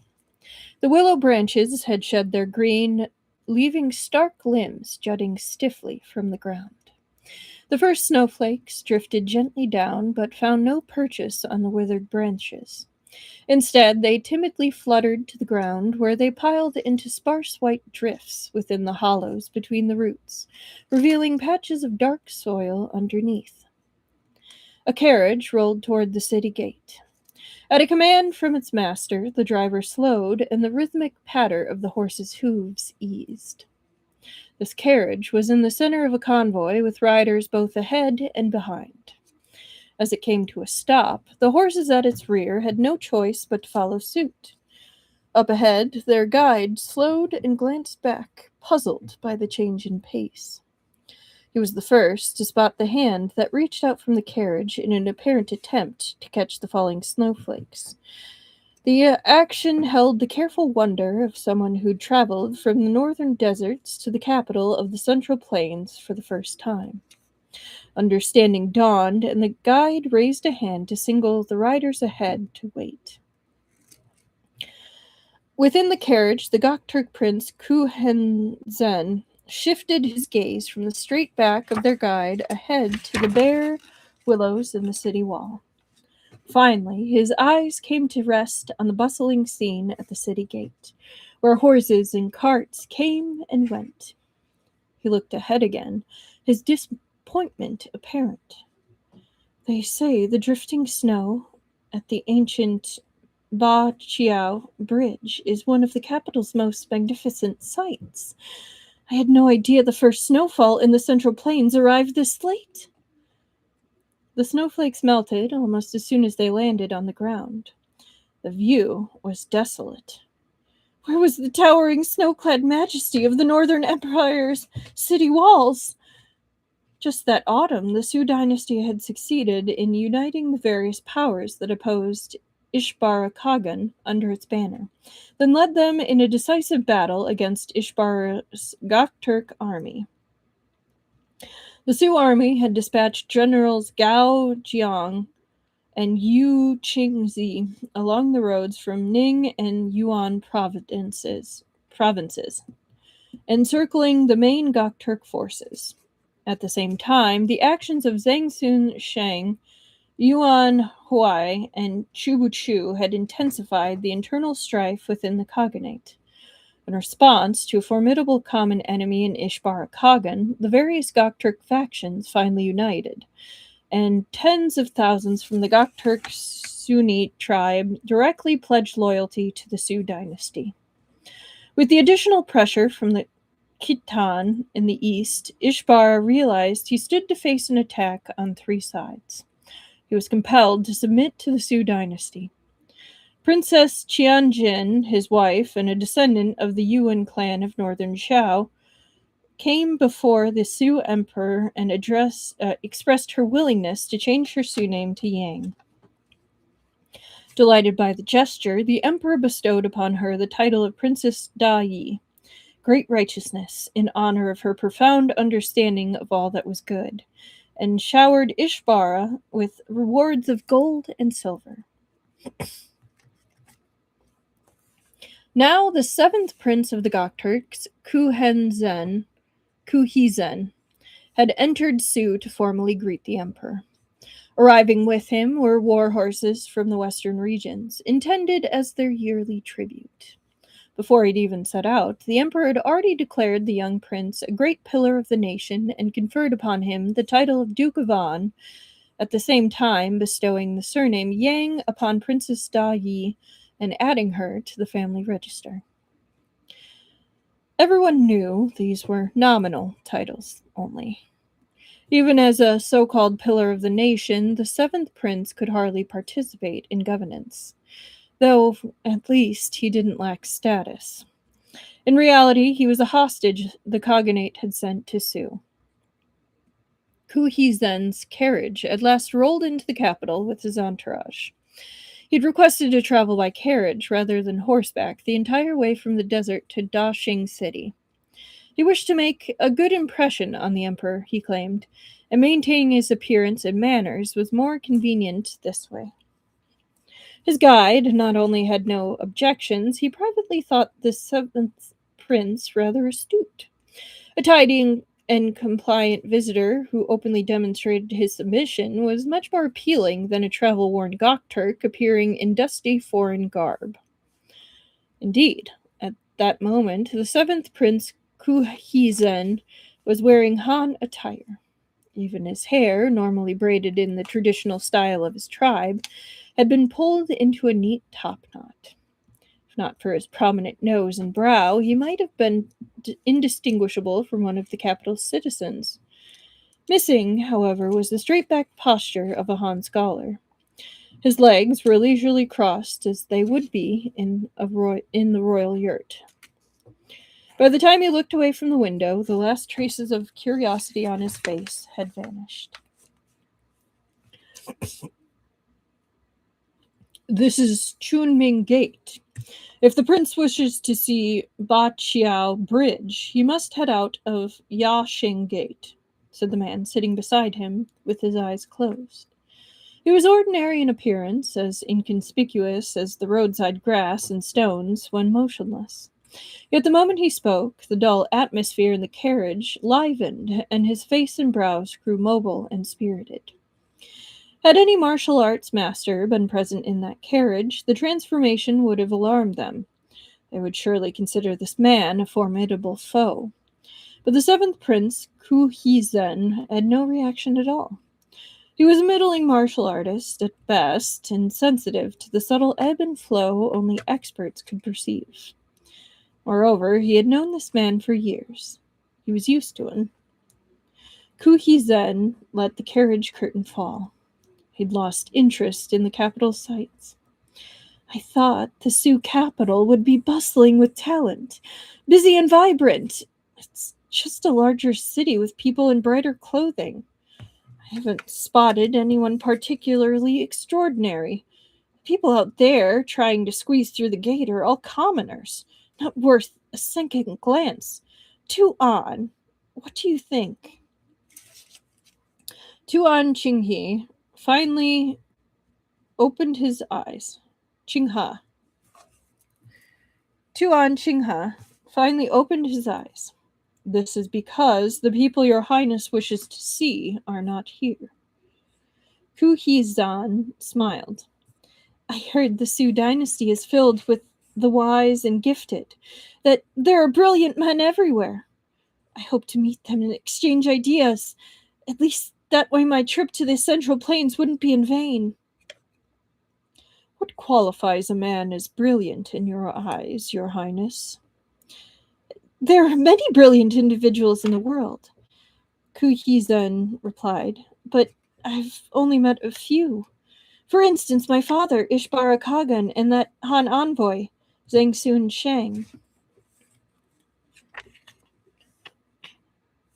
Yuan Qinghe frowned slightly, then offered up two more names. The Khatun, Yu Xiu. He referred, of course, to Ku Hizun's father's wife, the Empress of the Eastern Gokturk Khaganate, Princess Qianjin, now dubbed Princess Da Yi. Princess Qianjin had left the royal family of Northern Shou and married into a nation of wind and sand. Everyone had expected her to take after her predecessors. Too delicate to withstand the hardships beyond the border, such women grew bitter and melancholy and ultimately passed away young. But Princess Qianjin did more than survive. When the Northern Shou dynasty fell, she'd won her husband's heart and with it a share of the power within the Gokturk court. One had to admit she was exceptionally clever. As for Yu Xiu, the monk had been the princess's favorite subordinate, but she'd sent him to the Central Plains long ago, and Ku Hizun hadn't seen him since.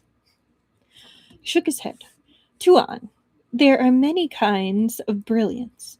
Some are hailed as great minds, yet seek only short-sighted gains, while others find their judgment impaired by their emotions.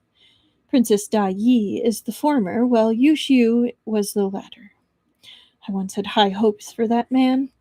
When someone like him enters the Central Plains, they're destined to stir up great storms. Yet he ultimately met with failure. Without the princess, he might have gone further. Tuan Qinghe nodded slightly in agreement. Perhaps your highness has someone specific in mind. A truly brilliant individual possesses not only the wisdom to choose the opportune moment, but also a fair amount of good fortune. Ku Hizun replied. From my perspective, both the current emperor and empress of Su embody these traits. If their heir inherits these qualities, their dynasty could remain prosperous for at least 3 generations.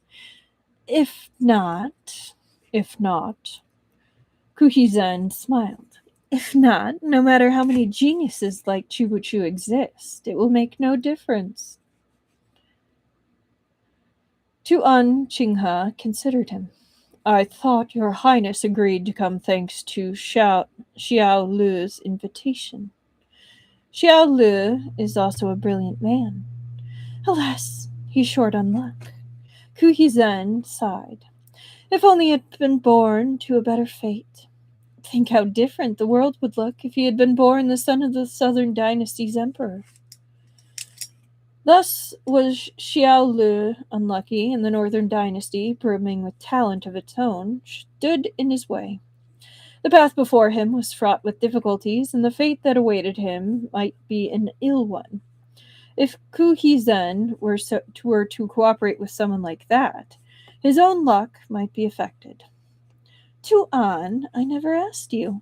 What made you decide to come with me to the Central Plains? I've broken through my bottleneck. Tuan Qinghe's expression was serene, as if the statement was of no consequence. That hurdle was one of the mightiest That hurdle was one even the mightiest expert of the Gokturks, Hulagu, could not overcome. Ku Hizun's eyes shone with interest. I remember you secluded yourself for 3 years back then, but this time it only took you 3 months. Tuan Qinghe nodded. It went much smoother this time. The notes Hulagu left were a great boon to me. Ku Hizun chuckled.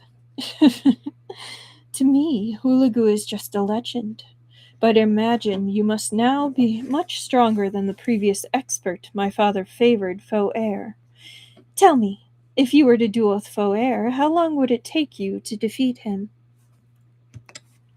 Tuan Qinghe thought a moment. Between 3 and 5 moves. Surprise colored Ku Hizun's face. I heard Feng Xiao expended no small effort to defeat Foer. Even if he too has improved since then, surely he won't stand a chance against you now.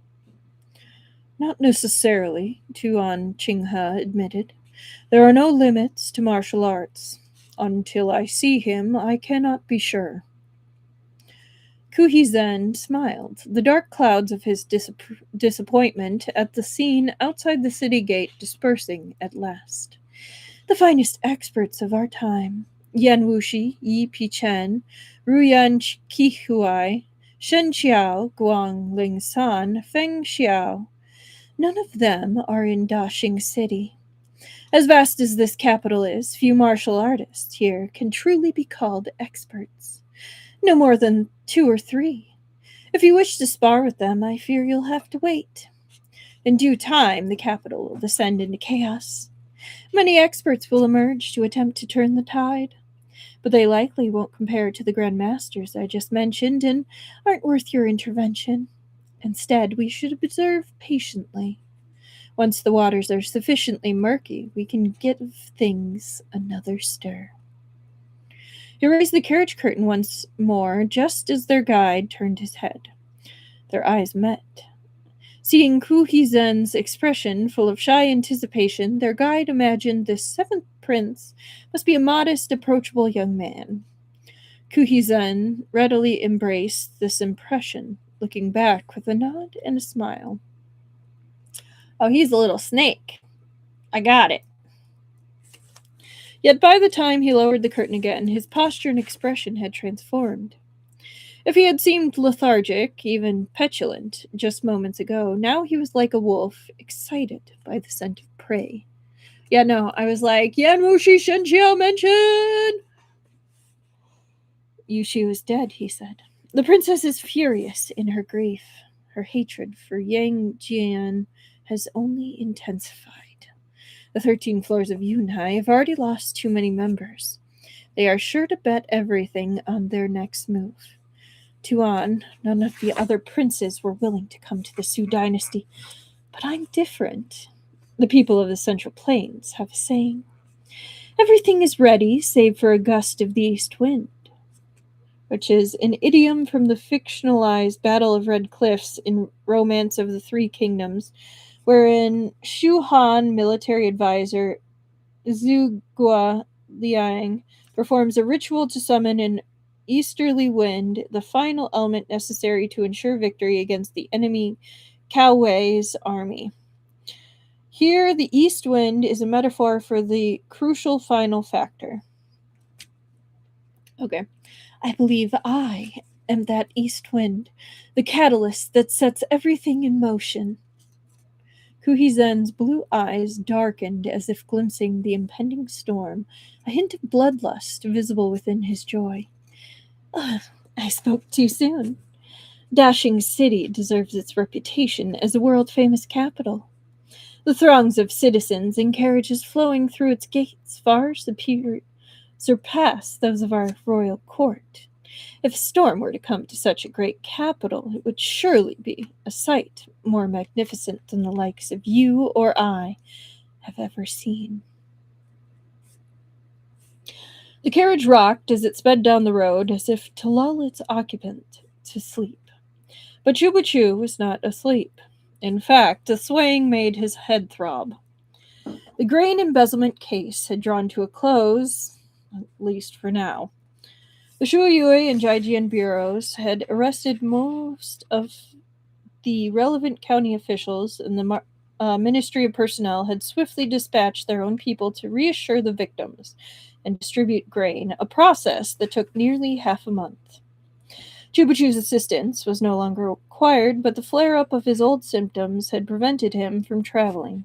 It was only several days after Rongqing escorted the suspects to the capital that he finally set out himself.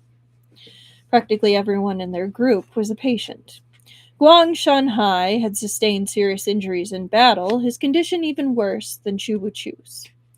In the carriage behind them, the third chief of the Jijian Bureau, Ming Yue, fared only marginally better. To avoid reopening their wounds riding, they had to travel slowly by carriage with frequent stops to rest. Xiaoxian had planned to escort them back to the capital before heading southwest to her new post, but Chubuchu told her it wasn't needed. She departed in sorrow, embarking on her journey alone. I mean, I know she was a spy, but, like, I liked her.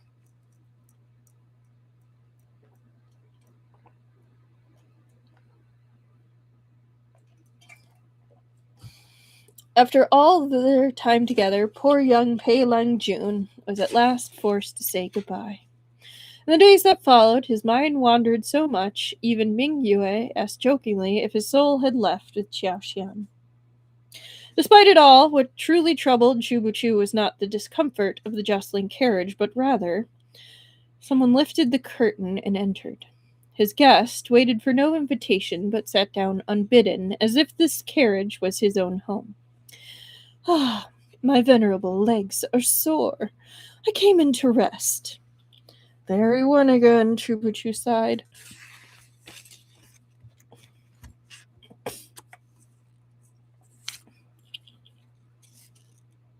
Feng Xiao barging in unannounced. That'll do it. So we are 1:15, and we have one chapter left for tonight. 10 more pages!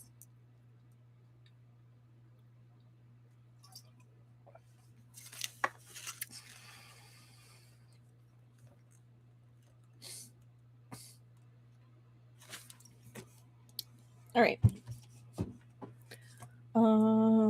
Where's my pen? How did it disappear? I haven't gone anywhere. Oh, there it is. Mm-hmm. 1:45.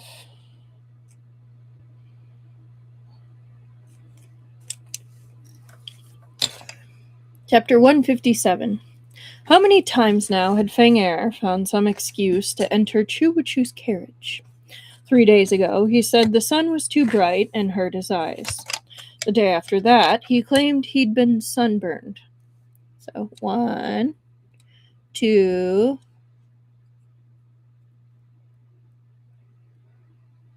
Yeah, she tries to be a good person. Yes. If he could reverse time, Chubuchu would never have given him those 3 ice fungus pills. Your complexion is looking poor again. Is it another flare-up? Feng Xiao said, expressing both surprise and concern. Let me channel you some true qi. Chubuchu remained expressionless.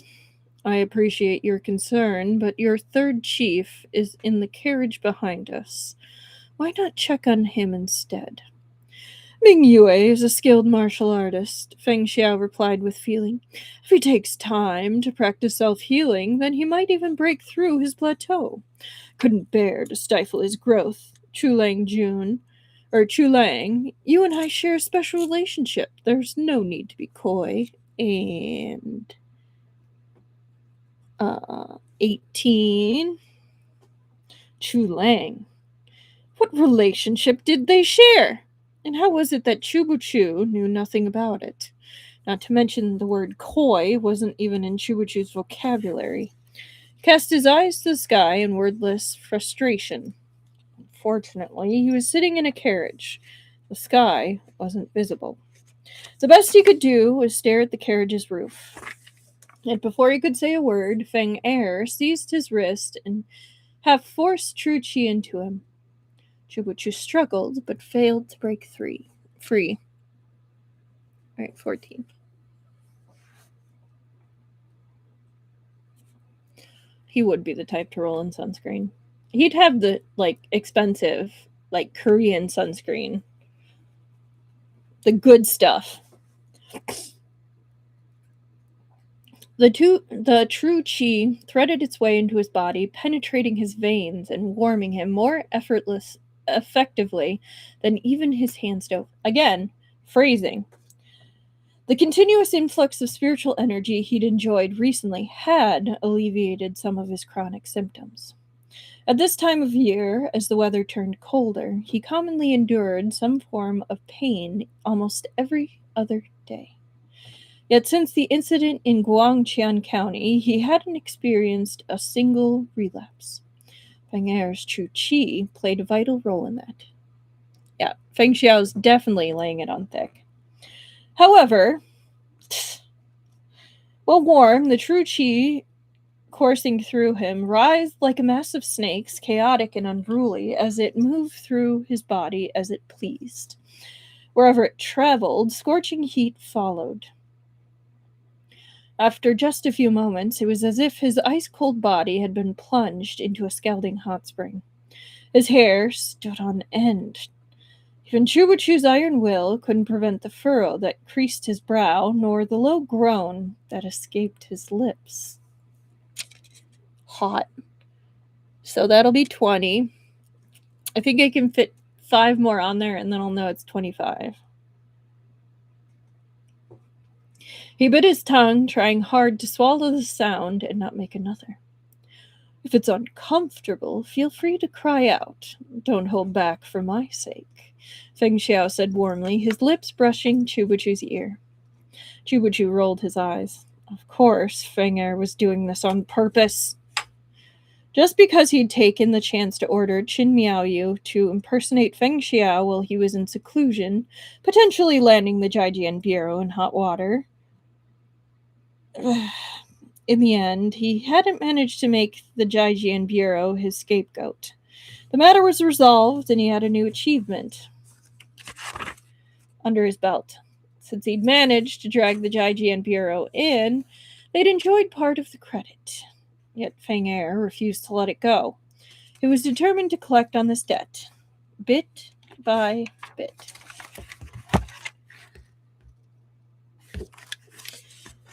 Oh yeah, he is.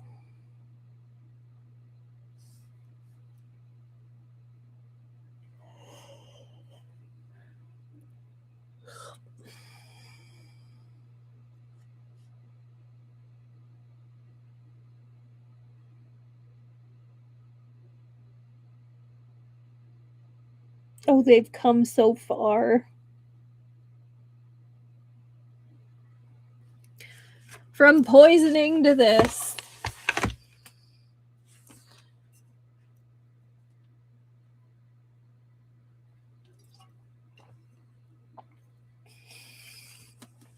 Alright. But Feng Xiao really was helping him heal. Chubachu swallowed his complaints and sighed. His mistake had been stopping Xiao Le during the tavern incident. A fleeting moment of weakness. If he hadn't, perhaps Xiao Le and Feng Xiao might have killed each other, and he'd be enjoying peace and quiet by now. You don't mean that. Despite Chubachu's stoic forbearance, Feng Xiao didn't take his revenge any further. He completed the transfer of true qi without any trickery, then gently urged Chubachu to rest as he lifted the curtain to exit the carriage. 2 suspicious spots of color had appeared on his cheeks. Yes, the pictures in this volume definitely are amazing. I agree, Truffle. Chubachu heard Pei Jingzi outside. My lord, why is your face so red? Because he was holding his breath, Chubachu thought to himself. Feng Xiao sighed gustily. Your lord only has himself to blame for being too outstandingly handsome, unrivaled in appearance. Chubachu was silent. Feng Xiao's suggestive tone would make anyone's imagination run wild. And that is definitely a shameless. I think he basically implied that he just got ravaged in the carriage.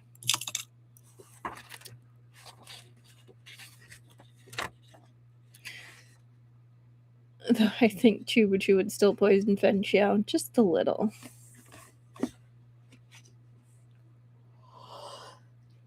Pei Jingzi took the bait. Hesitant, he said, Chief Chu doesn't seem like the type to. He's a deceiver, Feng Xiao replied with disdain. How often does he say one thing and mean another? He's talking about transferring true chi, but anyone might be forgiven for assuming he meant something else entirely. Yet, like us. Meng shocked gasp drifted in through the curtain. Chibuchu's face remained expressionless, his heart like still water. After all this time, many had begun to suspect that there was more to the relationship between Chibuchu and Feng Xiao than met the eye. Feng Er was only too happy to take advantage of this misunderstanding to further mislead them. That was just how vengeful a creature this oleander spirit was. Chibuchu should have been used to it by now. One misstep was prelude to countless regrets. Vexed, Chubuchu gazed down at his wrist, where warmth seemed to linger. What demon had bewitched him into giving away those three ice fungus pills without the slightest hesitation? The remainder of the morning drifted past without incident. Feng Xiao seemed to sense Chubuchu's poor mood and did not come in again to tease him. Ah, Slander, how we've missed you. The carriage came to a stop in a small town several dozen miles from Luoyang, where they planned to take a brief rest before setting off again, hoping to reach Luoyang before dark. Chubuchu's body was sore from sitting so long. He was just preparing to alight and stretch his legs when someone tugged at his arm. "There's a yellow weasel up ahead," said Feng Xiao. "You should stay inside." Chubuchu said nothing. He too saw the yellow-clad woman seated comfortably inside the tea house. He looked at Feng Xiao. "You consider me the chicken?" Feng Xiao arched a brow. "Of course not. You're—" The two of them stared at each other. Feng Xiao quickly corrected himself. "Why, you're the chief of the Shuyue Bureau, Zhu Lang. Did you lose your memory along with your health? Come, let's go in and rest. I'll have Pei Jingzi brew you some tea." Chubuchu attempted to yank his hand away, but couldn't break free. After a few tries, he gave up. So the yellow fox, or yellow weasel, there it is. The common idiom. A weasel is someone who, with bad or insincere intentions, while the chicken is their clueless target. After a few tries, he gave up. "I've just glimpsed an old friend. Of course, I'll go and greet her. Besides, she's not here for me." "How do you know that?" "Let's make a bet." Feng Xiao's interest was instantly piqued. "What bet?" "If I win," Chubuchu said deliberately, "you'll refrain from speaking until we reach the capital." He merely wished to quietly admire that face without being subjected to the chatter of its owner. He's starting to admit it to himself. Got it. "And if I win, you decide." That's dangerous. That's so dumb. You're smarter than this, Chubuchu.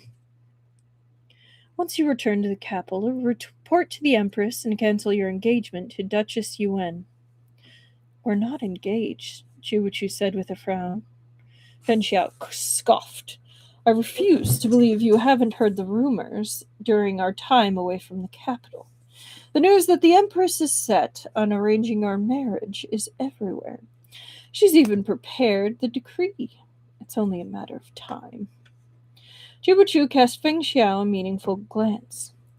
"Feng Er," he said, his mouth halfway to a smile. "Aren't you a little too concerned with my personal life?" Leaning closer, Feng Xiao whispered, "You took incredible advantage of me after the battle at the tavern that night. Both Ming Yue and Qin Miao you saw. And just now, when I healed you, you took yet another small liberty. Your features are too harsh. You're not a worthy match for me. But think, if word got out that the mighty chief of the Shuyui Bureau exploited someone and fled without taking responsibility, would it not be a stain on your reputation? How do you manage to speak with such... let me start that over. How do you manage to speak such shameful words so boldly? Chibuchu asked, entirely sincere. I learned from you, of course. Chibuchu sneered and patted Feng Xiao's cheek. A gentleman's word is his bond. Our bet has been made. After you, Deputy Chief Feng. Feng Xiao turned his head just so, the angle perfectly calculated, so that his lips grazed Chibuchu's palm. And that's 22. Anyone who saw would think Chibuchu was making improper advances toward him. Pei Jingzi, who had just glanced over, gasped involuntarily. His mind raced as he remembered Feng Xiao's earlier claims. Truly, a shameless person is the most invincible of all, Chibuchu reflected. Bing Xian, clad in yellow, was facing away from them, yet she seemed to have eyes on the back of her head.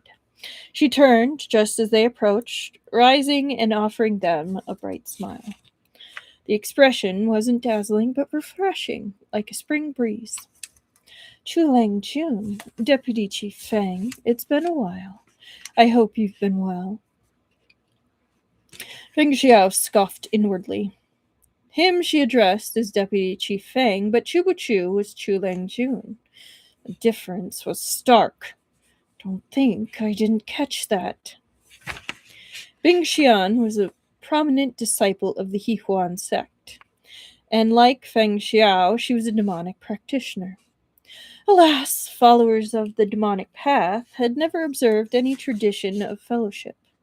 Running into other practitioners instead most commonly resulted in an atmosphere of animosity and competition. In contrast to Feng Xiao's chilly regard, Chubuchu was unfailingly polite. Bing Xian Guniang has only grown more charming. Really? Bing Xian touched her own cheek, delighted. Don't tell me she believes that kind of compliment. Foolish woman, thought Feng Xiao. I didn't expect Bing Xian Guniang to be so informed as to anticipate our passage through the area. You've even... Chuchu glanced at the half-empty cup of tea on the table, then continued meaningfully. Been waiting here some time. I assume you have something important to discuss? Bing Xian smiled. You misunderstand. A few days ago, a minor swordsmanship contest in Songshan concluded. My sect sent me to join in on the excitement, and my journey took me through Liu Yang. There, I heard Chu Lang Jun had eradicated the forces of the 13 floors of Yunhai almost completely, including the formidable Yu Xiu. This news has spread across the Jianghu. Congratulations on your victory, Chu Lang Jun. You've restored peace to the land. You've restored peace to the land. This is the first time I've heard a demonic practitioner say something like restored peace to the land. Does this woman not find her own words absurd? Huffed Feng Xiao. Moreover, he'd been the one to kill Yu Xiu. Why was she congratulating Chubuchu? Wasn't she baldly stating that she'd sought him out specifically? Pardon me. Bing Xian seemed to register that she had neglected the aloof Deputy Chief Feng. My humble self sensed Deputy Chief Feng's sharpened control over his spirit. Your martial arts must have taken a great leap forward. This, too, is worthy of congratulations. Since Yuan Shishi, Hihuan sect has failed to produce anyone of note. You all need to work harder, Feng Xiao said coldly. Bing Xian had roughly deducted Feng Xiao's background from observing his skills during their previous encounter. After returning to her sect, it had been a simple thing to discover Feng Xiao's identity. Demonic practitioners cared nothing for one's tongue. Sorry, I read origin as tongue. I really am tired. To say nothing for one's origins or seniority. They acknowledged strength alone. Bing Xian knew that even if there were 10 of her, her strength wouldn't compare to a single Feng Xian. Thus, if his comment offended her, she didn't let it show. She nodded affably in agreement. Thank you for your guidance, Deputy Chief Fang. I shall strive to improve. She smiled again at Chubuchu. But our encounter here is a fateful one. I shall take the chance to inform Chulang Jun of 2 matters. Please go on, said Chubuchu. The 3 of them took their seats while Pei Jingzi went to ask the shopkeeper for tea and snacks. The tea house was spacious, and before long, Ming Yue and Qin Miaoyu had also settled next to them. The atmosphere was perfect for conversation. The swordsmanship contest in Songshan was a relatively small affair. Bing Xian began. No one from Liu Li Palace of Fangzhang Isle was present. Still, quite a few rising stars and reclusive masters of the Jianghu were in attendance. Among them was a man I'd never heard of, yet his performance was brilliant. He defeated numerous contestants, and not only were his martial arts exceptional, they were unique, uncanny, and clever, backed by profound internal cultivation. In my opinion, Bing Xian had been calm and composed as long as they'd known her, but at this point she hesitated and cast a glance at Feng Xiao. He'd likely rank within the strongest 10 in all the land, she continued. Possibly even the top 3. Feng Xiao cocked a brow. Nice rhyming. You think the world's youngest 10 are like cabbages you can find anywhere? World's strongest 10? It's weird. I think that's probably a typo. Bing Xian's smile was stiff. I don't wish to overstate his skill, but the fact was right in front of me. To our shame, He Huan sect had been in decline since the days of Yuan Shushu and Zheng Jinsing. In an effort to stabilize our sect, I was tasked with scouting. In an effort to revitalize our sect, I was tasked with scouting for new talent. But the background of this individual remains a mystery. I have no idea when the Central Plains produced such an expert. I've long heard Chulang Jun has a deep understanding of the various sects and factions. I am taking the liberty of seeking his guidance. What was this man's name? His name was Tuan Qinghe. And that is where we're going to leave it for tonight. I'm looking at the time. We made pretty good time. But yeah, I'm not really going to linger at the end because, I am exhausted and I want to go and brush my teeth and go to bed. But thank you so much for joining me for book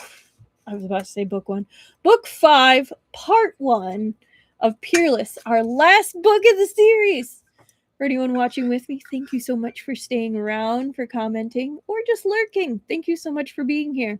For anyone who watches this later, I hope you enjoyed as well, and I will see you maybe if I see you, but in any case, everyone have a wonderful rest of your evening, and I will see you on Thursday.